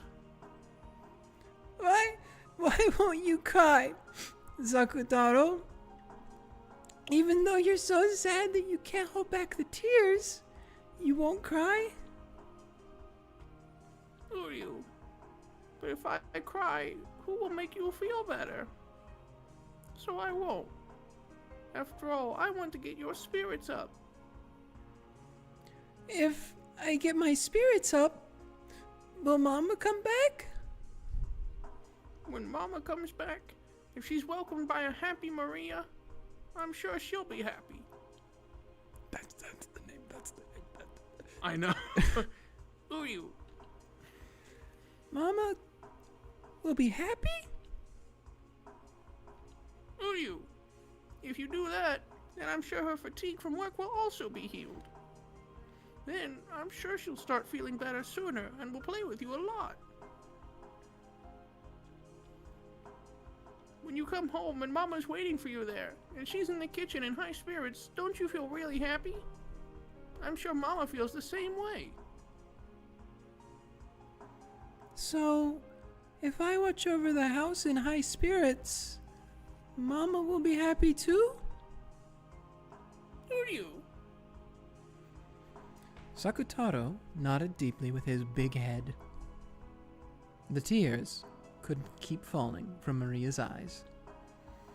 If she greeted Mama with a tear-stained face, Mama would probably get sad too. You know about it, Maria. You can't use the magic that creates smiles if you aren't smiling too. Yeah, I know. So I won't cry anymore. Hey, Maria. I have an idea for how to have a fun time. Ooh, do you want to hear it? I don't think she does. I don't. What? Music. Mama won't come back until late night Sunday. So let's have a pajama party and keep it a secret from Mama. A pajama party? Until you get tired late tonight, eat candy and drink soda in bed and play with me. A pajama party? Yeah, sounds fun. I don't have to go to bed at 9 o'clock, right? Mama won't get mad if I don't sleep. This is a secret between me and you, only for when Mama isn't around.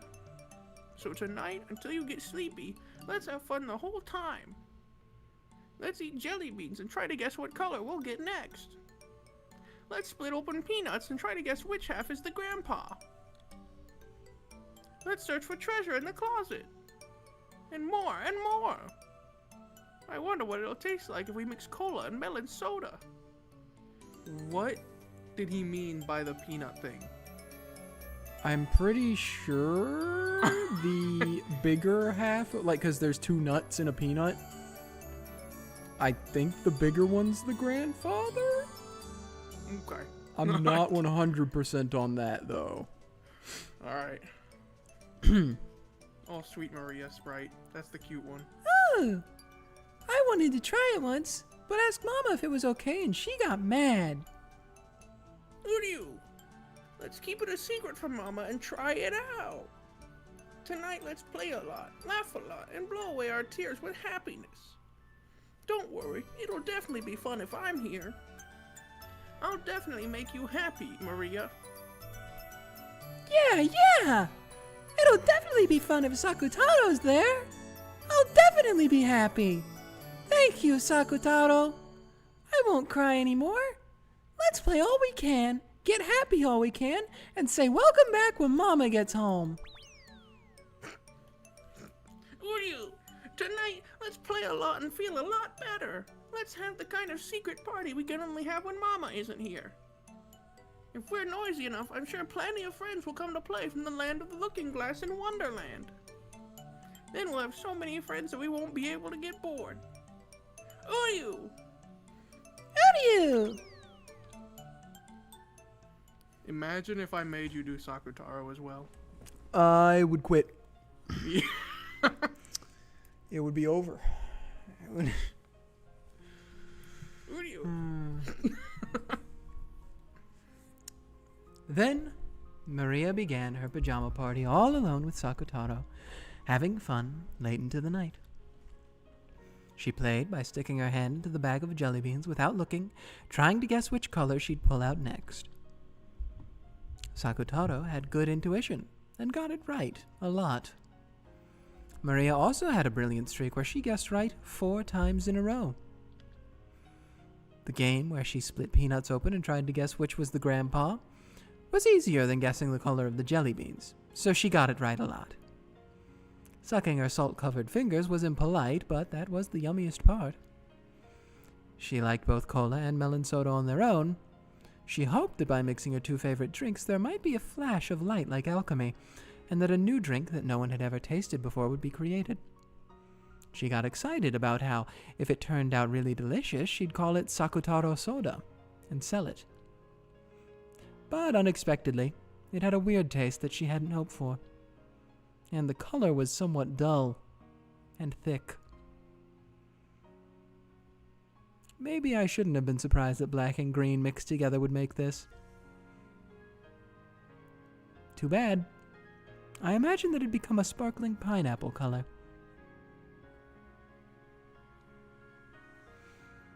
But it was an awesome, incredible, fun night. If it's this fun here, maybe Mama will feel like coming home and drop by out of the blue.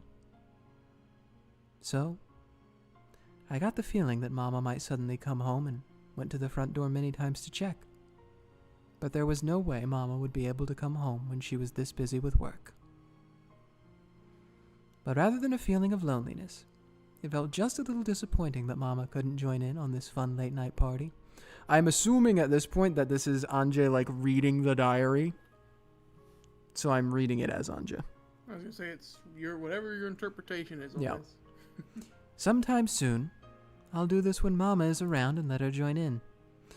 Mama likes some things I don't think are yummy, so maybe she'll really like Sakutaro soda.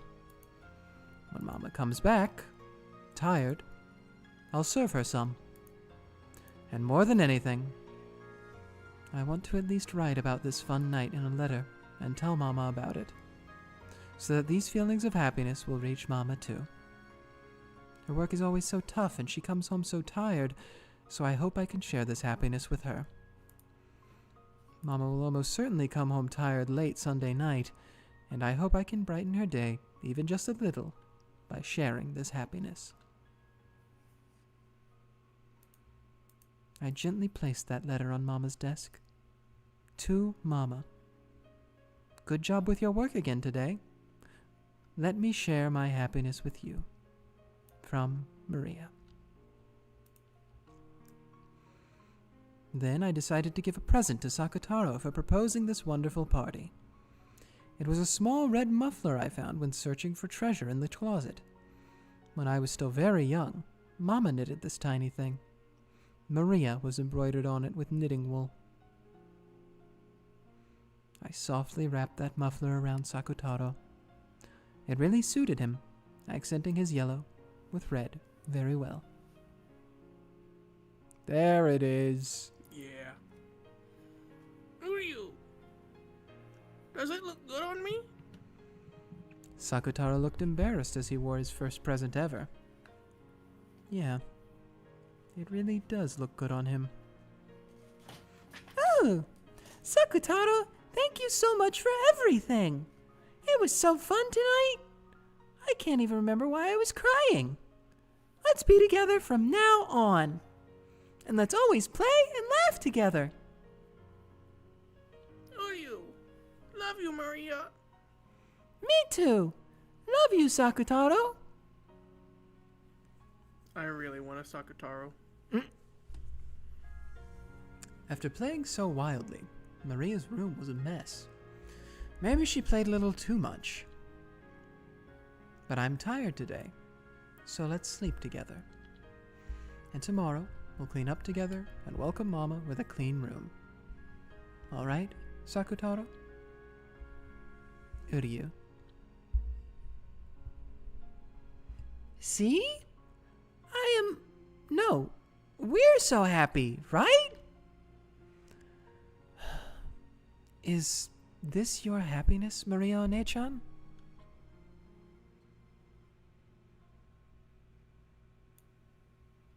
Yeah. I'm happy. Even though you were looking forward to that movie so much, and Aunt Rosa promised that she'd definitely take you, she completely forgot. She just happened to forget because she was so busy with work. Even if she remembered, with her work, there'd be nothing she could do. Whether she remembered or not, Mama would have spent the night at work. She couldn't go to the movies. Whether she remembered or not is a minor issue. There's no way that's a minor issue. After all, when Aunt Rosa answered movie on the phone, it was obvious that she'd completely forgotten her promise. And when she heard that, Maria One-chan's mood definitely darkened. Well, like you say, even if Aunt Rosa had remembered her promise, you wouldn't have been able to go to the movies in the end. But even so, to think that your mother just forgot her promise to spend one of her few days off with you, it's sad. I'd be mad. Yeah, it was sad. Because even if she had remembered, we wouldn't have been able to go to the movies. But after that, I had a very, very fun night with Sakutaro. You must have thought that pajama party looked really fun too, Ange. There's no way that would be fun. I mean, all that messing around you did that night was just intentionally making a big fuss about nothing. Also that you could forget that you were lonely and that your mother wasn't coming home. That's not true. I really did have a fun party with Sakutaro. No, that's wrong. You were just so sad, and you hated your mother so much for forgetting her promise that you made a mess of your room. Where was something like that ever written in my diary? It isn't written anywhere. But by reading in the gaps between every line, I can understand your feelings. You didn't have a good time at all that evening. And you stayed up late when you were told not to, broke the strict rule about eating sweets outside of snack time, and when even that didn't bury your sadness, you went wild in your room and made a mess of it, right? After all, and after you made a mess of your room and were all tired out, all you did was claw at the bed sheets and cry yourself to sleep, right? The diary does say that Mama probably forgot her promise about the movie, and that I stayed up late having a pajama party with Sakutaro and made a mess in my room searching for treasure. Yes, and this is what it means. You were starving for Aunt Rosa's love, Maria One-chan. And Aunt Rosa always put her work and her public image first, always keeping you on the back burner. That's what disgusts me. Because I know just how superficial Aunt Rosa's words of love for you were. You should realize this yourself. So, how can you say you're happy despite that? I don't understand. That part of you. Maria One-chan. Even at my age, I can't understand it at all. Why aren't you sad? Why is it that you can experience a reality filled with misfortune and can call yourself happy? I can't do it. I can't understand it. You're a sad kid, Ange. I don't get it. Why are you pitying me? Even though a fact about a really fun pajama party is written about in my diary, if the same fact is observed by different people, it has a different form. I remembered talking about something like this with Bernkastel. Truth is unfixed and changes its form every time it's witnessed. By the way it's perceived, in other words, depending on the person who perceives it, a single truth becomes different truths. And truths of the past are painted over by truths of the future. In this diary, I wrote that what happened that night was very, very fun. You described the events of that night as something very happy. And yet, when you read the diary, the events of that night sound very, very sad.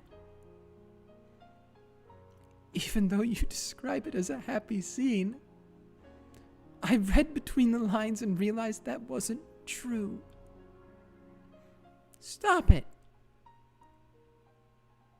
Dang, that easy, huh? This tells of a happy night. This is the truth of that night. Please don't take this happy truth and paint over it with a new, different truth. Are you happy with this, Maria One-chan? Yes, I'm happy. That's why I feel sad for you, since you wouldn't be able to feel happiness in a similar situation. Right now, I'm like she was then, just as isolated, with no friends. Ange had accepted her isolated reality for what it was. But Maria painted over her isolated reality with a reality of happiness. Ushiromiya Maria took a sad truth and changed it into happiness. That was the only and yet very large difference between me and Maria One-chan.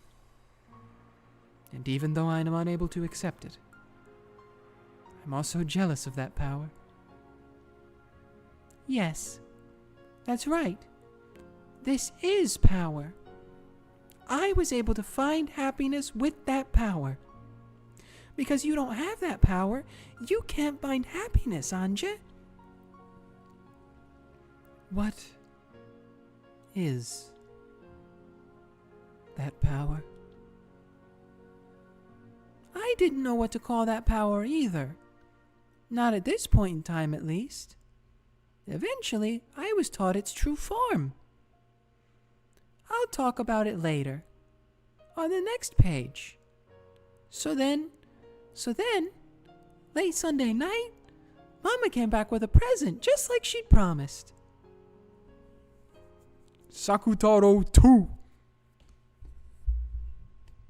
Sakutaro. What is this music? Okay. I'm back. Mama! Welcome home! Uryu! Mama came back! Mama came back! Waiting to greet Rosa as she returned home all tired out was Maria, in an unbelievably good mood, holding Sakutaro. Most likely, Rosa's worn-out expression was partially because she was really tired, or really was tired, but partly because it would be a pain when Maria, who should have been grumbling after staying home alone for several days, would cling to her, sobbing.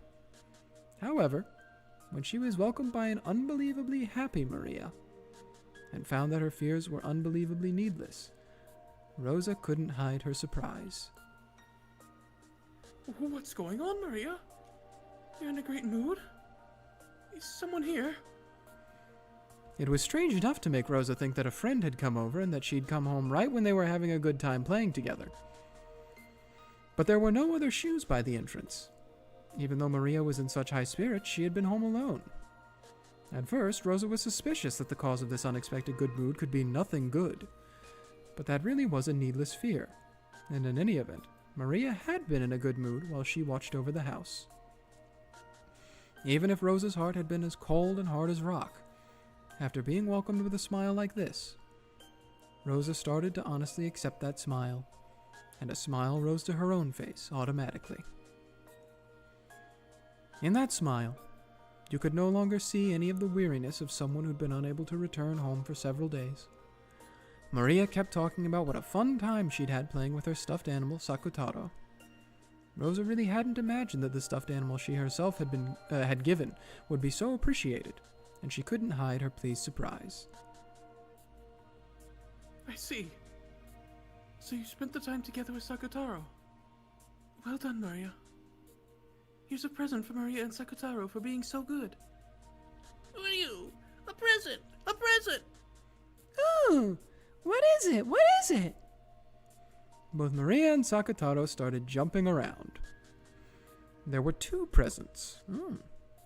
One contained an assortment of Western sweets. Inside was a Scotch cake. It looked to be of very high quality. Oh.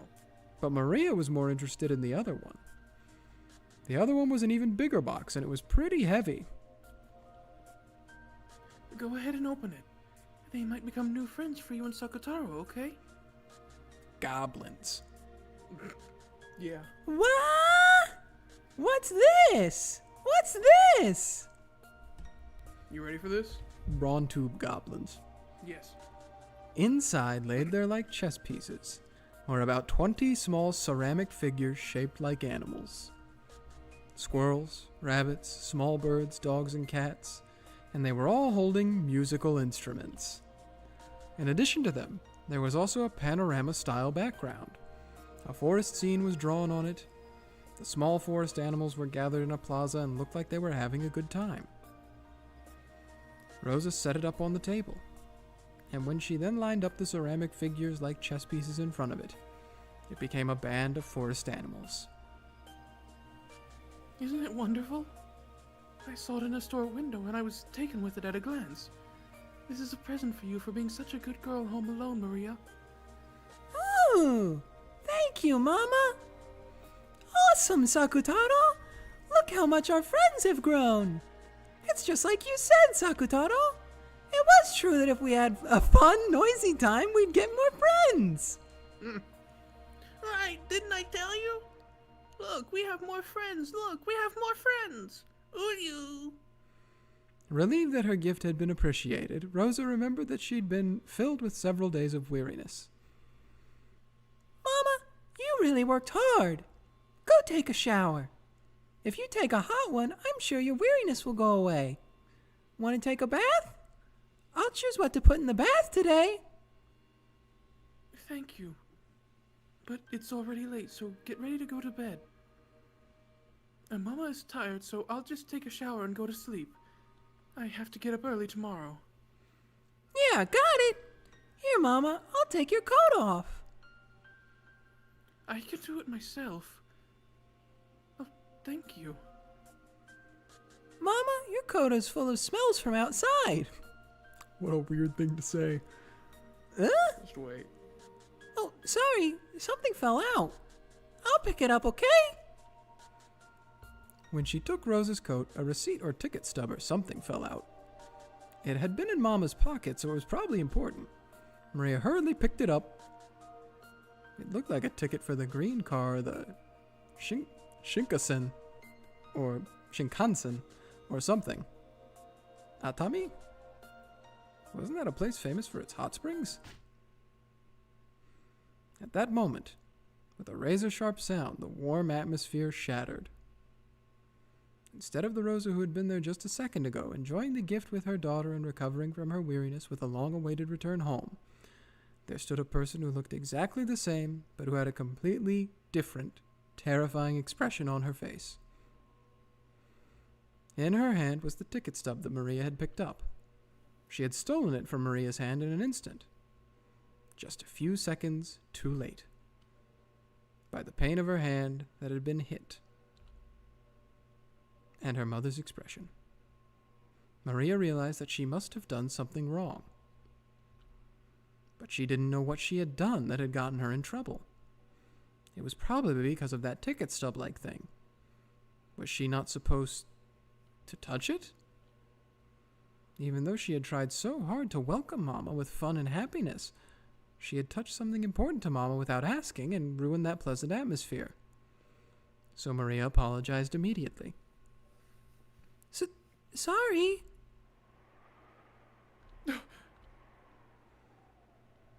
Even though she must have heard those words of apology, Rosa's expression actually darkened. Maybe those weren't the words she had been hoping for. Maria didn't know what to do and stared at her mother's reaction. Then, even though it should have been such an important ticket stub, Rosa crushed it up and hurried off to her room. Maria didn't really understand what she had done wrong. Oh, I must have done something I shouldn't have. That paper must have been something important for Mama's work, and I touched it without asking. Who are you? You didn't do anything wrong, Maria. That's why tonight was so very happy. Yeah, happy. And when Mama takes a bath and clears her head, she'll go back to being the normal, nice Mama. So you mustn't worry about it. Who are you? You're right. Mama's tired too.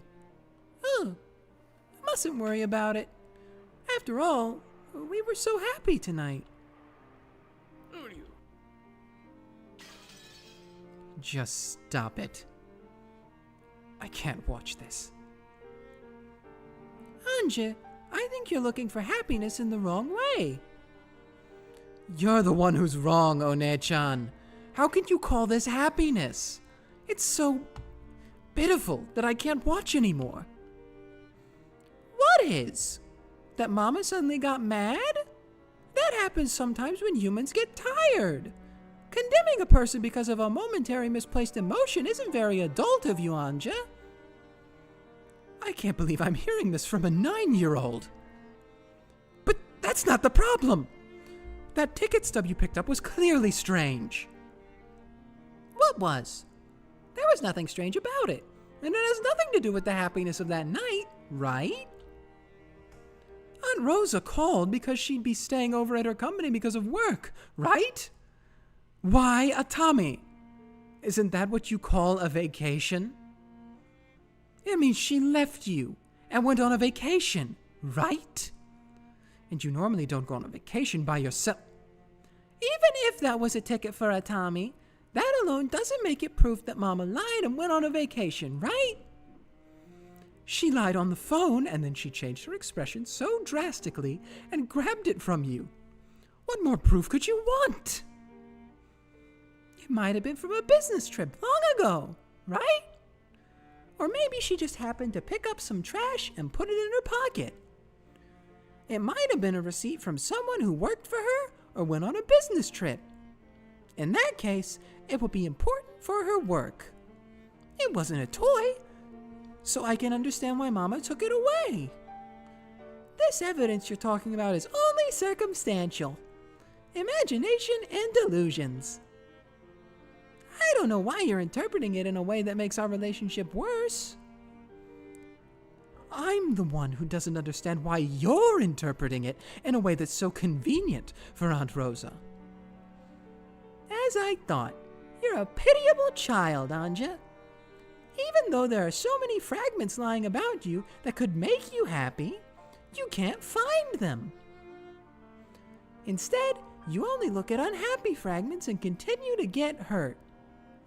That's why you're scared of being hurt. And only start looking for happiness after you check to make sure there's nothing around you that could hurt you. When I talk with you, One-chan, it gets hard to tell which one of us isn't making sense. You know what? There are lots of happy and unhappy fragments, and they fill the world up. So people who can't find happiness right beside them won't be able to find it no matter how hard they look. Like, Tittle and Middle. I have no idea. Tiltil and Middle? Searching It's gotta for the be blue like bird. Norse? It sounds Oh, like it, nope. or maybe Mesoamerican. Japanese animated series. Oh. oh yeah, that story with a moral. You're the complete opposite, Ange. You're searching for a world without a fragment of unhappiness. But that's the same as the blue bird. So you'll be unable to find your happiness for all eternity. Is Battler Hansel? Or is he the blue bird? Give it a rest already. In any event, I understand that a night of happiness was wasted because of a single scrap of paper. It sure is scary that a single scrap of paper could do that. In that case, maybe the power to get your happiness back can also lie in a single scrap of paper. Right?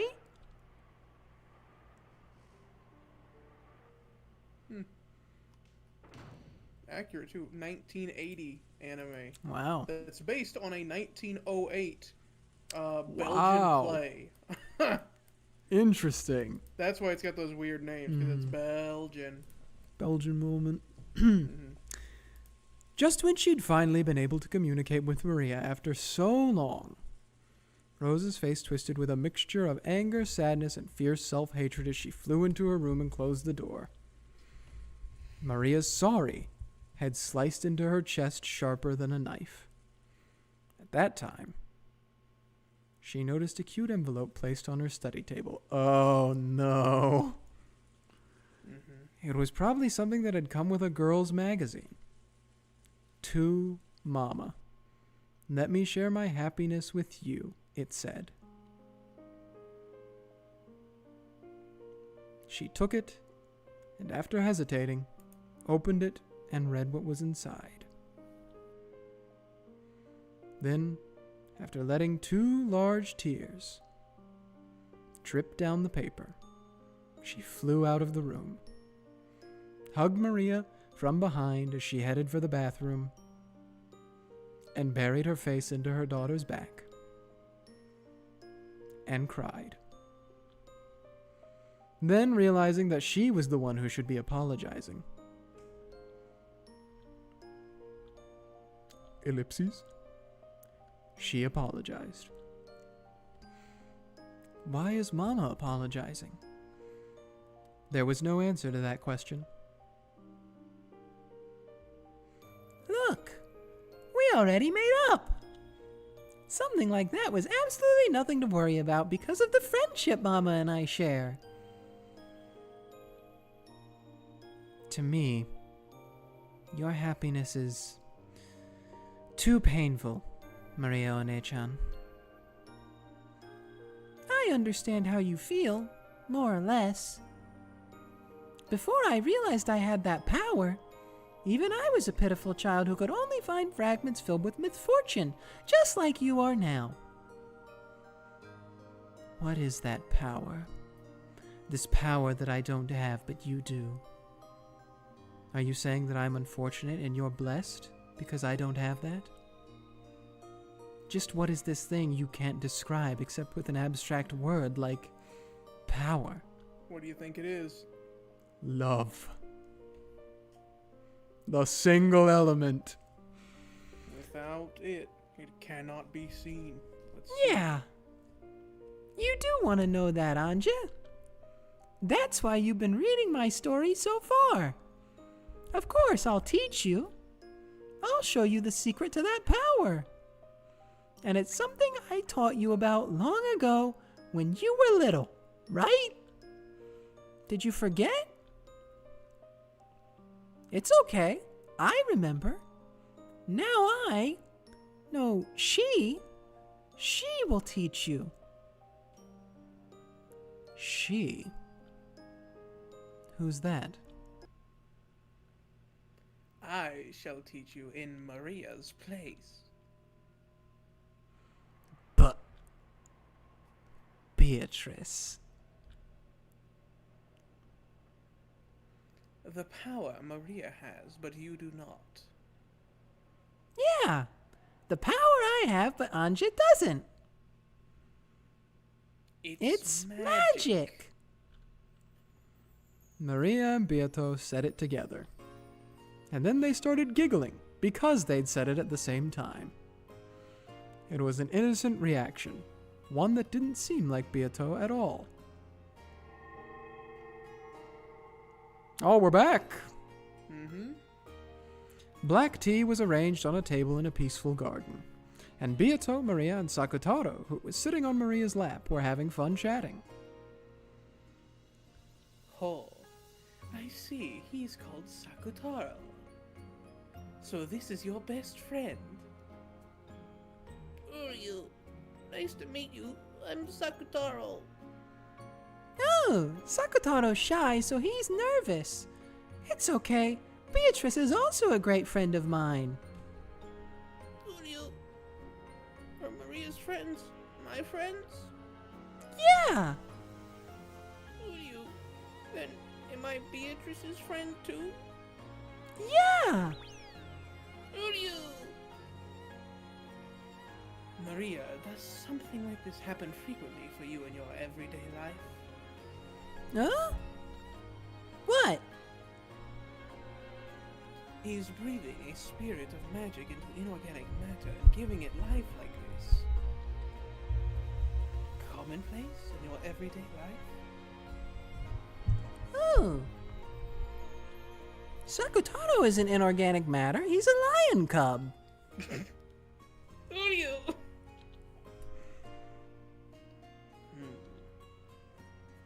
A stuffed animal makes for an excellent vessel. It is not uncommon for spirits to be made to reside in them when they are spoken to by innocent children with no toxin. According to Beatrice, every time a child plays with dolls, the dolls actually gain a will and converse with them, sometimes even moving by their own will. However, because of their innocence, the power imbued into such a vessel is very weak. If they get struck with even a tiny bit of toxin from humans' common sense, which says that there's no way a doll can talk or move, they instantly revert to being non-speaking dolls. We Toy Storying up in here. That's what I was thinking. This Sakutaro stuffed animal of yours is different. Oh. Sakutaro is a stuffed animal, but he isn't one. Julio, I'm a lion cub. Roro, Julio. Sakutaro is a lion cub, but he's still a kid, so he can't roar sometimes. Uryu, uryu, uryu. Julio, Julio, Julio. Gazing at Maria, who was playing around with Sakutaro by the table, loaded with tea, Beatrice let out a sigh of admiration. How incredible.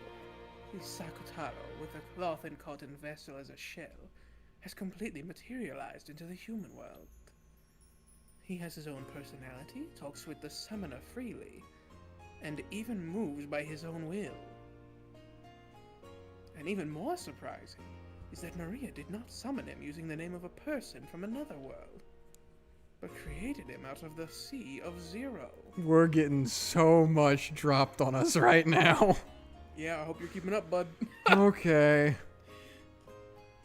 As me, I'm the lore guy. After that, Maria boasted to Beato that Sakutaro wasn't her only friend, and that she had many more of them back at home. True. Also, hi, Aiden. Ah, I didn't even see that someone messaged. I didn't either. Until now. It seemed I that don't there know were how long other you've been similar waiting. stuffed animals and dolls who could talk and move of their own will, like Sakutaro. It was something natural for Maria. It was natural for stuffed animals to talk, move, and become her friends of their own will. When she saw that Maria accepted this as something natural, as a witch, Beatrice felt a respect bordering on awe. Maria, without a doubt, that power of yours is magic. It's magic? I'm still a witch apprentice, so I can't use magic yet, right? No, it is magic. Because you cannot use it consciously, you are still an apprentice. But even so, what magical power it is! The materialization of your friend Sakutaro is excellent proof of that. Materialization? Indeed. In your case, it may even be fitting to call it creation. A piece of inorganic matter that would have no soul at all in another's hands can have a soul sent into it through your magic. Furthermore, that strong magical power lies in the human world. In this era so filled with the toxin that denies magic, summoning a magical power that can materialize a single life form is not easy even for me. It isn't hard to give birth to any number of soulless beings. However, giving birth to a being with a soul is very difficult. This is what Beato asserted. I don't really understand what you're saying, Beato. You're saying Sakutaro is amazing? Both you and Sakutaro are incredible. You should be proud. I see. That which Kinzo desired above all else seems to dwell most strongly within you. I don't have a clue why Beato is praising Maria so much. Right, Sakutaro? Uryu! What should be truly admired is not only that a soul has been made to reside in a stuffed animal. Even more significant is the fact that you have changed your own worldview. When it comes to giving birth to something from nothing, you stand out from the crowd. It is easy to make 100 from 1. However, giving birth to 1 from 0 is not. When you do become a full witch, beyond just becoming a match for me, you might grow into a great witch that even I must acknowledge as superior. A witch of origins, perhaps. Okay, okay.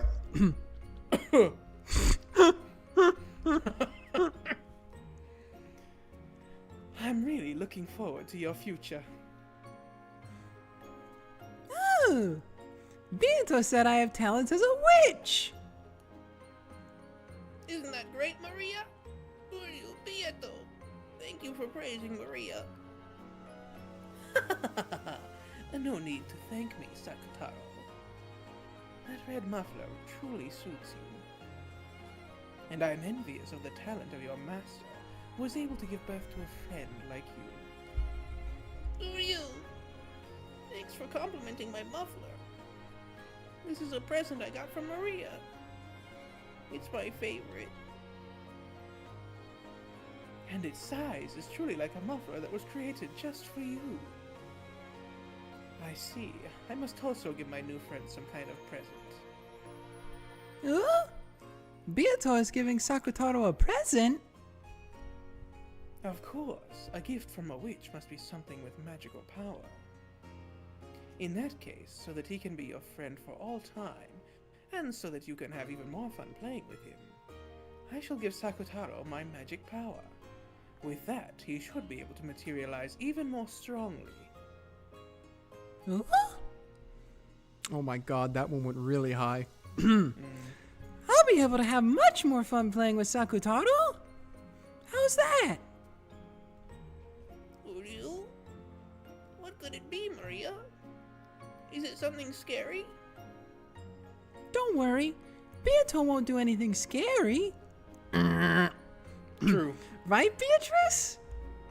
You cannot say that in red. Indeed. I believe you will like it. So, to make him materialize even more strongly, a stronger image will be necessary. Well, what to do? Beato crossed her arms and thought about what she could do to please them even more. Oh, hey, look, Then, it's you. right there, was the form of yet another witch. It was Beato's teacher, Virgilia. Virgilia truly was a great witch. Since Maria already thought of Beato as a great witch, this person Beato called a great witch must have been a great witch. Saying which.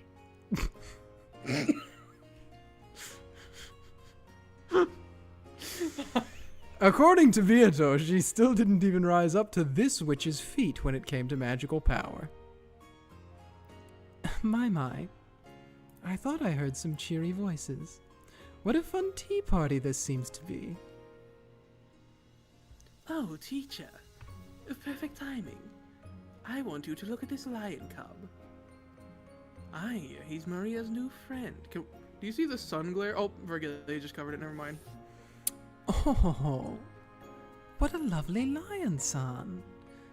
I wonder if he can greet me. Hello, nice to meet you. Uryu! I'm Sakutaro. Sakutaro fell to Maria's lap, greeting Virgilia with half of his face poking out over the edge of the table.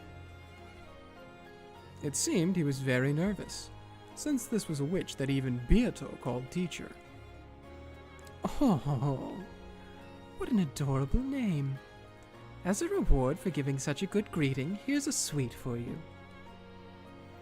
After waving her hands about, Virgilia held the palm of her hand upwards as though she was lightly grabbing at the empty air. Then she held her fist out in front of Sakutaro. When she opened her fist, there was one of those individually wrapped cough drops. Dang. Uriel? Maria, it's candy. Awesome, awesome. Oh, isn't that great, Sakutaro? This is back in the 80s, so they still had like morphine and cough drops. Mm-hmm. That's why That it's makes so them good. fun. Yeah. Awesome, awesome. Make sure to thank her. Uriel, thank you very much for the candy. Man just swallowed it in one go. Even though Virgilia was a great witch, she still treated a stuffed animal like Sakutaro to an elegant greeting. Still, teacher, cough drops? Are you someone's granny or something? Mm-hmm. Can't you at least pull out some strawberry milk candy? How rude. In that case, I won't be giving you any more. Yeah, sorry. Well then, Maria, take out your grimoire. And of course, your writing tools. Huh? Yeah, I'll take it out. What should I write? Oh, what are you starting? I will use a magic I learned from you, teacher. Magic to make a resident of another world materialize into a vessel. I think that by applying that, we may be able to further strengthen the power that makes this friend of Maria's materialize. I wanted to give that as a gift to Maria and her friend. I see. For a being that has already materialized, it shouldn't be that difficult. That could become a wonderful gift. Well then, I shall help too, if only a little. It would be very reassuring if you would sign for this magic as a witness, teacher. Be glad, Maria. Or is all magic like a business contract? Like, it's a This would be legal a contract. wonderful gift. Will you? There's a Senate. Mm-hmm. What's happening? It isn't scary, is it? Is it? You're You about to already be said no, atomized. stupid. Oh, Don't know, but I don't think it's scary. What could it be? I can't wait. I just imagine that scene from, what is it, Watchmen, where Dr. Manhattan just waves his hand and explodes the guy. yeah, that's a really good one. True. Sorry, Sakutaro. Beato what went borrowed. wrong. What? I said, I don't know what went wrong. Beato actually just made a genuine mistake. Mm-hmm. Beato borrowed the grimoire from Maria's handbag and majestically flipped through the pages. Then, she found an empty page, among those with magic circles drawn on them, and flattened it out. After gazing at Sakutaro with a grin, she suddenly started moving her pen. It was something like a written declaration made by witches to a high-order world. It was magic, whose effects could be controlled if Beatrice wrote and Virgilia signed. Maria didn't understand what Beato was writing at first, but partway through she figured out the wonderful magical power of this document, and her eyes began to sparkle. Uriel, what is it, Maria? What's she drawing? Uriel. Sakutaro was on her lap, so she didn't... Oh. That was an accident. So she didn't know... He didn't know what was being written on the table. But even if he had seen, Sakutaro probably wouldn't have understood. Awesome, Sakutaro. Wait a bit. Almost done. It's amazing. Beato, amazing. When it comes to writing documents of power, this child's talent is magnificent. You might even serve well as a secretary in the spirit world. Yeah. How's this? Not so bad, right? After finishing her writing with an intense amount of concentration, Beato looked over the document again from a distance. It seemed she was fairly satisfied with her work. And Maria, who was also peeking in at it, let out a cry of wonder. Awesome, Beato! Cute!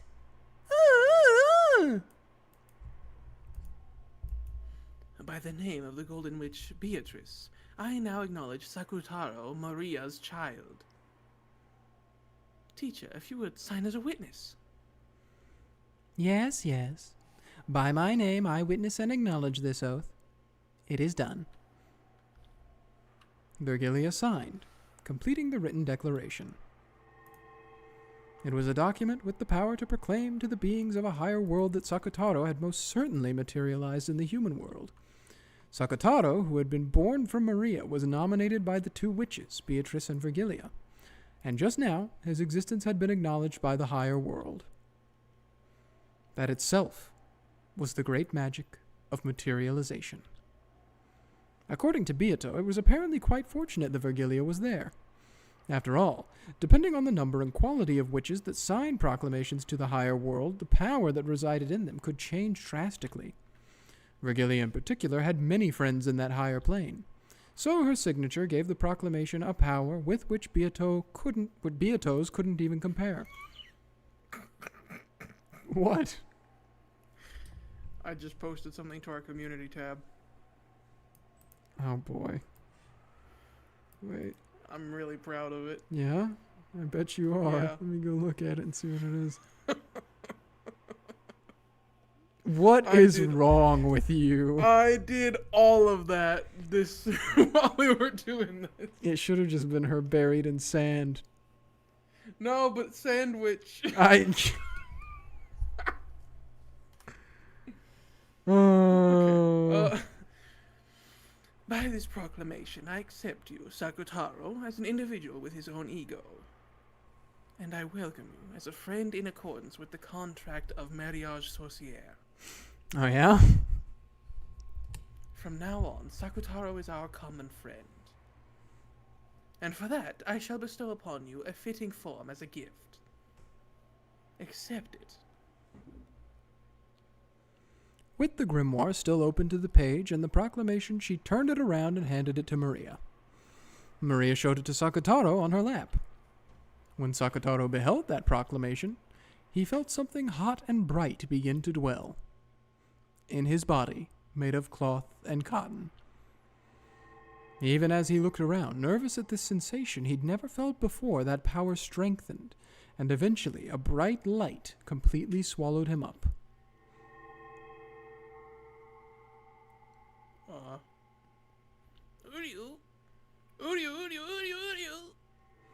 Whoa. Yeah. No way. Yeah. They, oh no. Yeah. He's been shortified. Mm-hmm. That's right. Beatrice, you foul witch. Release me from this young human body at once. Oh my God. Never in a million years would I have guessed that this was going to happen. Yeah. I don't even know what he looks like in the old sprites. I gotta take a look at that for a minute. I'm stunned. I'm shocked into silence right now. Oh, I mean, it's about what you would expect.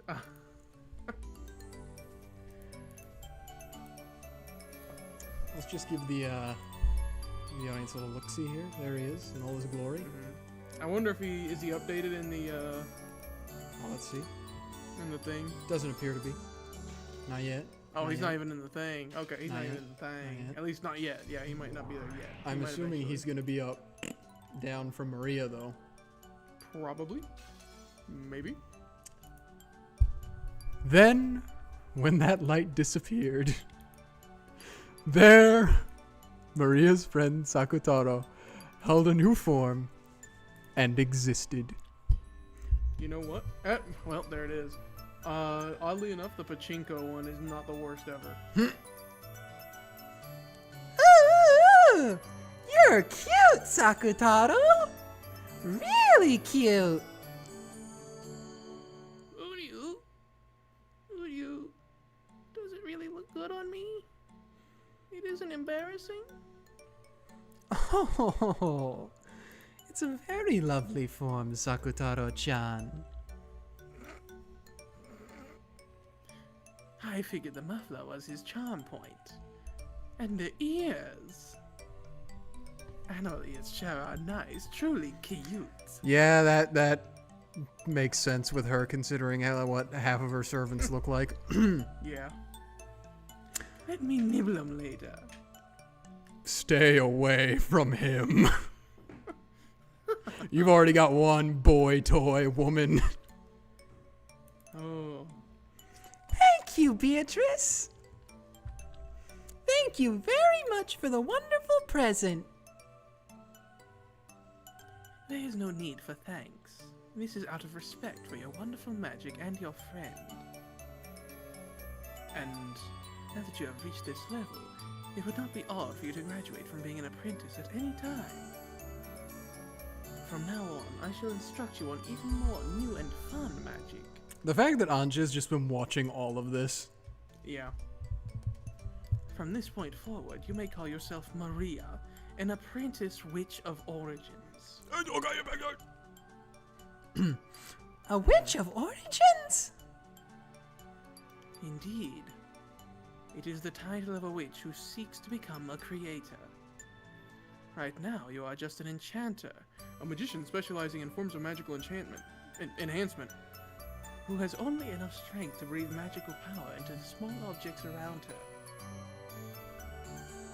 But after 1,000 years of training, you could conceivably use the magic compendium that resides inside your heart to create a galaxy. The talent of a witch of origins is very rare. Even though everyone has it when they are young, no one can continue to hold on to it. This title is also proof that you have not lost your untainted heart. Oh, a witch of origins! Awesome! I'll become one! I'm Maria, an apprentice witch of origins! Maria, that's so incredible! A witch of origins, incredible, amazing, Uryu! Eventually, you will be able to call yourself a full witch, Lady Maria, Witch of Origins. Is there a reason why they all caps the names when they're witches? Is that something I'm going That's to how learn later? you know they're witches. That's just what they do. Is they Yeah. just all caps it? It's not like Yes. it's not like bigger than that. Okay. I don't think so. Not sure. It may be a good time now to give not only Sakutaro, but you as well, an appearance fitting for your rank. Here, We already just gave Sakutaro a new body. What more do you I shall want? give a proper outfit for one who, while still an apprentice, is worthy of using the title of a witch. We just dishing out all the gifts today. When Beato Yeah. waved that pipe, that was her cane. Many gold butterflies that had appeared out of nowhere grouped around Maria, giving her a wonderful dress. Ryukusho 7 was feeling especially creative. It certainly was fitting for the girl who would eventually take the name of the Witch of Origins, combining both cuteness and dignity. Aww. Yeah. Christmas! True. Amazing! Awesome, awesome, awesome, awesome! Cute, cute! I want to show these clothes to Mama, too! Can I? The full dress of a witch must not be shown indiscriminately. Its value increases if you're stingy with it. Then the Great Witch, the Witch's apprentice, and their new friend Sakutaro enjoyed a lively tea party. See? Look how happy I am. And look how fun this is. Please, don't be afraid of being happy. Becoming happy isn't the same thing as accepting your current misfortune. It means creating a new happiness out of your current misfortune. That's the magic of origins. I didn't want to acknowledge my current world. I couldn't bear to accept such an isolated and painful world. That's why, even though I was entranced by your world, Maria One-chan, I couldn't cross the final line. I'll teach you about my magic of origins. No, I taught you before, right? And you used it before. Did you forget? You were also a witch apprentice, Ange, with your name entered into the Mariage Société, weren't you? Yeah, that was true. How do you pronounce this? I'm not sure. My guess is Mariage Sorciere. But let me check. Mariage Société. That looks roughly correct. Mariage Société. That takes me back. I also had my name entered in there at one point, didn't I? It looks like it's Sorciere. Sorciere. Okay. Close enough. The first part was right though. What is it? Don't leave me. Tell me more. Bye. No! And that's the end of that chapter. Oh, It's called Ange's Recollection. we're getting lore this episode. The world 12 years later, October 1998. Yeah. Oh, now we're at 1998 game board with Pretty Boy and Ange. Yes. And more new backgrounds. I'm sick. Before we get into that, since this is the start of a new chapter, this is probably a good point to end on, I think. I was thinking that too. Because I got stuff to do at 10, unfortunately. Next time, I will be a little less scuffed because I should have some sound dampening stuff here, so it'll hopefully sound better. But also next time I won't be here anyways. I'll be back at home because it's Labor Day weekend. Yeah. So 2 weeks from now. But yes, I will never forget that. Any Sakutaro? I was going to say, we want to look at the thingy, see if they're there. See what they have to say. Wow. Ah, there he is. Oh my god. What? The beloved furniture of Lady Maria, a witch of the Mariage Société. He is Lady Maria's white heart itself. You might even say he's a second Lady Maria and irreplaceable to her. He holds a decoration as a diplomat, and none may attack him, not any of the witches, weapons, and furniture in the Alliance, nor any of the demons and divine spirits in contract with the Alliance. I don't know what the Alliance is, game. It's the Mariage Sorciere. Christmas. Christmas! Why is that line blue? Look at Maria. I don't know. But we gotta look at Maria now. 'Cause Oh, she's true. got her witch outfit now. The Witch of Origins, who will live for 1,000 years in the future. She holds the motherly magical power to give birth to a 1 from the sea of 0. At a glance, this magical power is frail, but no matter how many times you multiply 0, you never end up with anything more than 0. However, the 1 she gave birth to will one day surpass even the heavens. She is loyally protected by Beatrice, who understands her true worth. The two of them are members of the same alliance. Yeah. Why does the Alliance exist? For what purpose? For what purpose? Typically, an alliance is to protect against some outside threat. What outside threat could be so threatening to the Endless Witch? It's Sakutaro. Uryu. Well, I suppose we'll find out eventually, won't we? Uryu. Shut yo goofy shoulder mouth up. Yeah. Look at them fake Jordans he's got on. Fake Jordans, big I don't even know what you want to call that. Strap? I Yeah. still don't know why he's got a little cross medal. Cause he's a diplomat. Didn't you see it? But he had that before. It was on Maria's thing before that. So why did supposedly Rosa put that on Maria's jumper, warmer, whatever it's called? Diplomacy. Apparently. All right. That's good enough for now. Let's see. Any thoughts? Any thoughts about this go around before we close out with just the upcoming slate? I know I was kind of goofing about it during the episode, but I am here for all the scraps of lore I can get, because even though it's kind of the joke, I am still the lore guy. I like to know lore. I want to know how this world works, but I don't want to do it just by going to the not Wikipedia, but the fandom page and learning all of it that way. I want to figure it out piece by piece, and it's interesting. This is slowly and slowly we're getting more and more about how the magic actually works, instead of it just being, yeah, it's just magic. So that's very intriguing to me.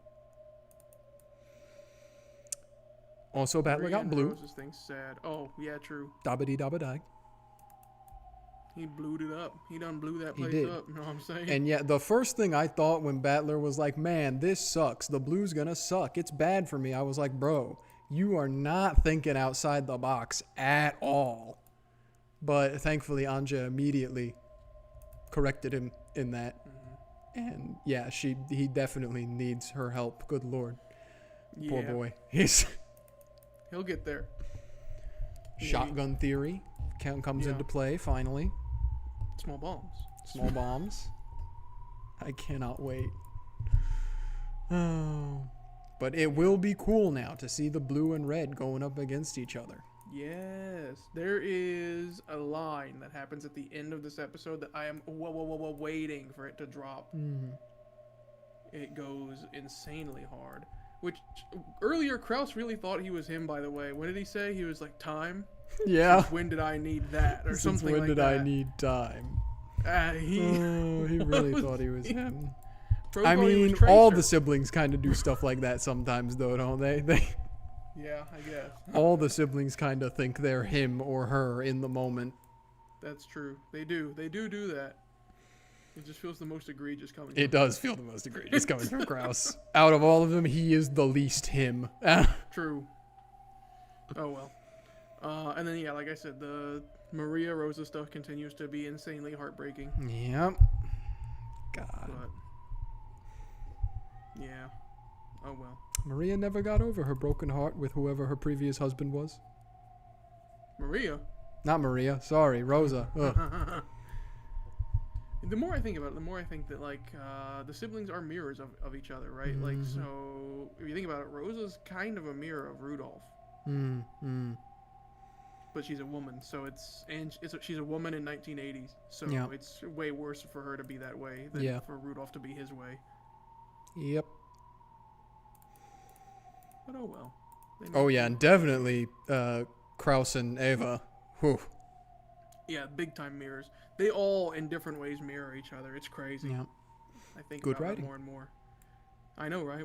Who would have thought? What a drug. All right. Well, any announcements for the coming week? Not much out of the ordinary. Let me think. The next thing that should be coming up will be Terranria tomorrow. And then more Digimon on Tuesday. We love Digimon. I know. We're almost done. Or at least we're almost done with the story. But there's more Digivolutions I want to get. We're gonna go get them all. No Yu-Gi-Oh! Capsule Monster Coliseum this week because I accidentally picked up a shift. Dang. I know. Right after we got Exodia, too. Which sucks. Riot. Exodia sucks. Don't let anyone tell you otherwise. But he win the game instantly. No, he doesn't. Dang. Not in Capsule Monster Coliseum. Who made that call?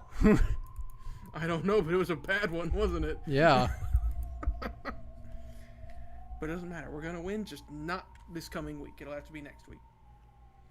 And then after that will be another Umineko. And of course, podcast on Wednesday as usual, except for last week. Have we told the people that What? it might be a possibility in the future that we start doubling up on these every week? Not yet, but that will eventually probably happen. If you're patient enough, it's like a Marvel post-credit scene. If you've been patient enough to get all the way to this part, if you're not one of those people True. that when we start talking about this stuff, you just leave the VOD, you will now know. Yeah. We do If you intend... got this far, hit us with a like, comment, True. Uryu with a music emoji. Yeah. I don't even know. I don't... Is that... Well, yeah, I'm sure there's probably... Anyways. Well, I guess, if there's nothing else, we'll have to see you all next time. Although Pertusa will see you sooner than I will, but... Uryu. Uryu indeed. Okay, stream over.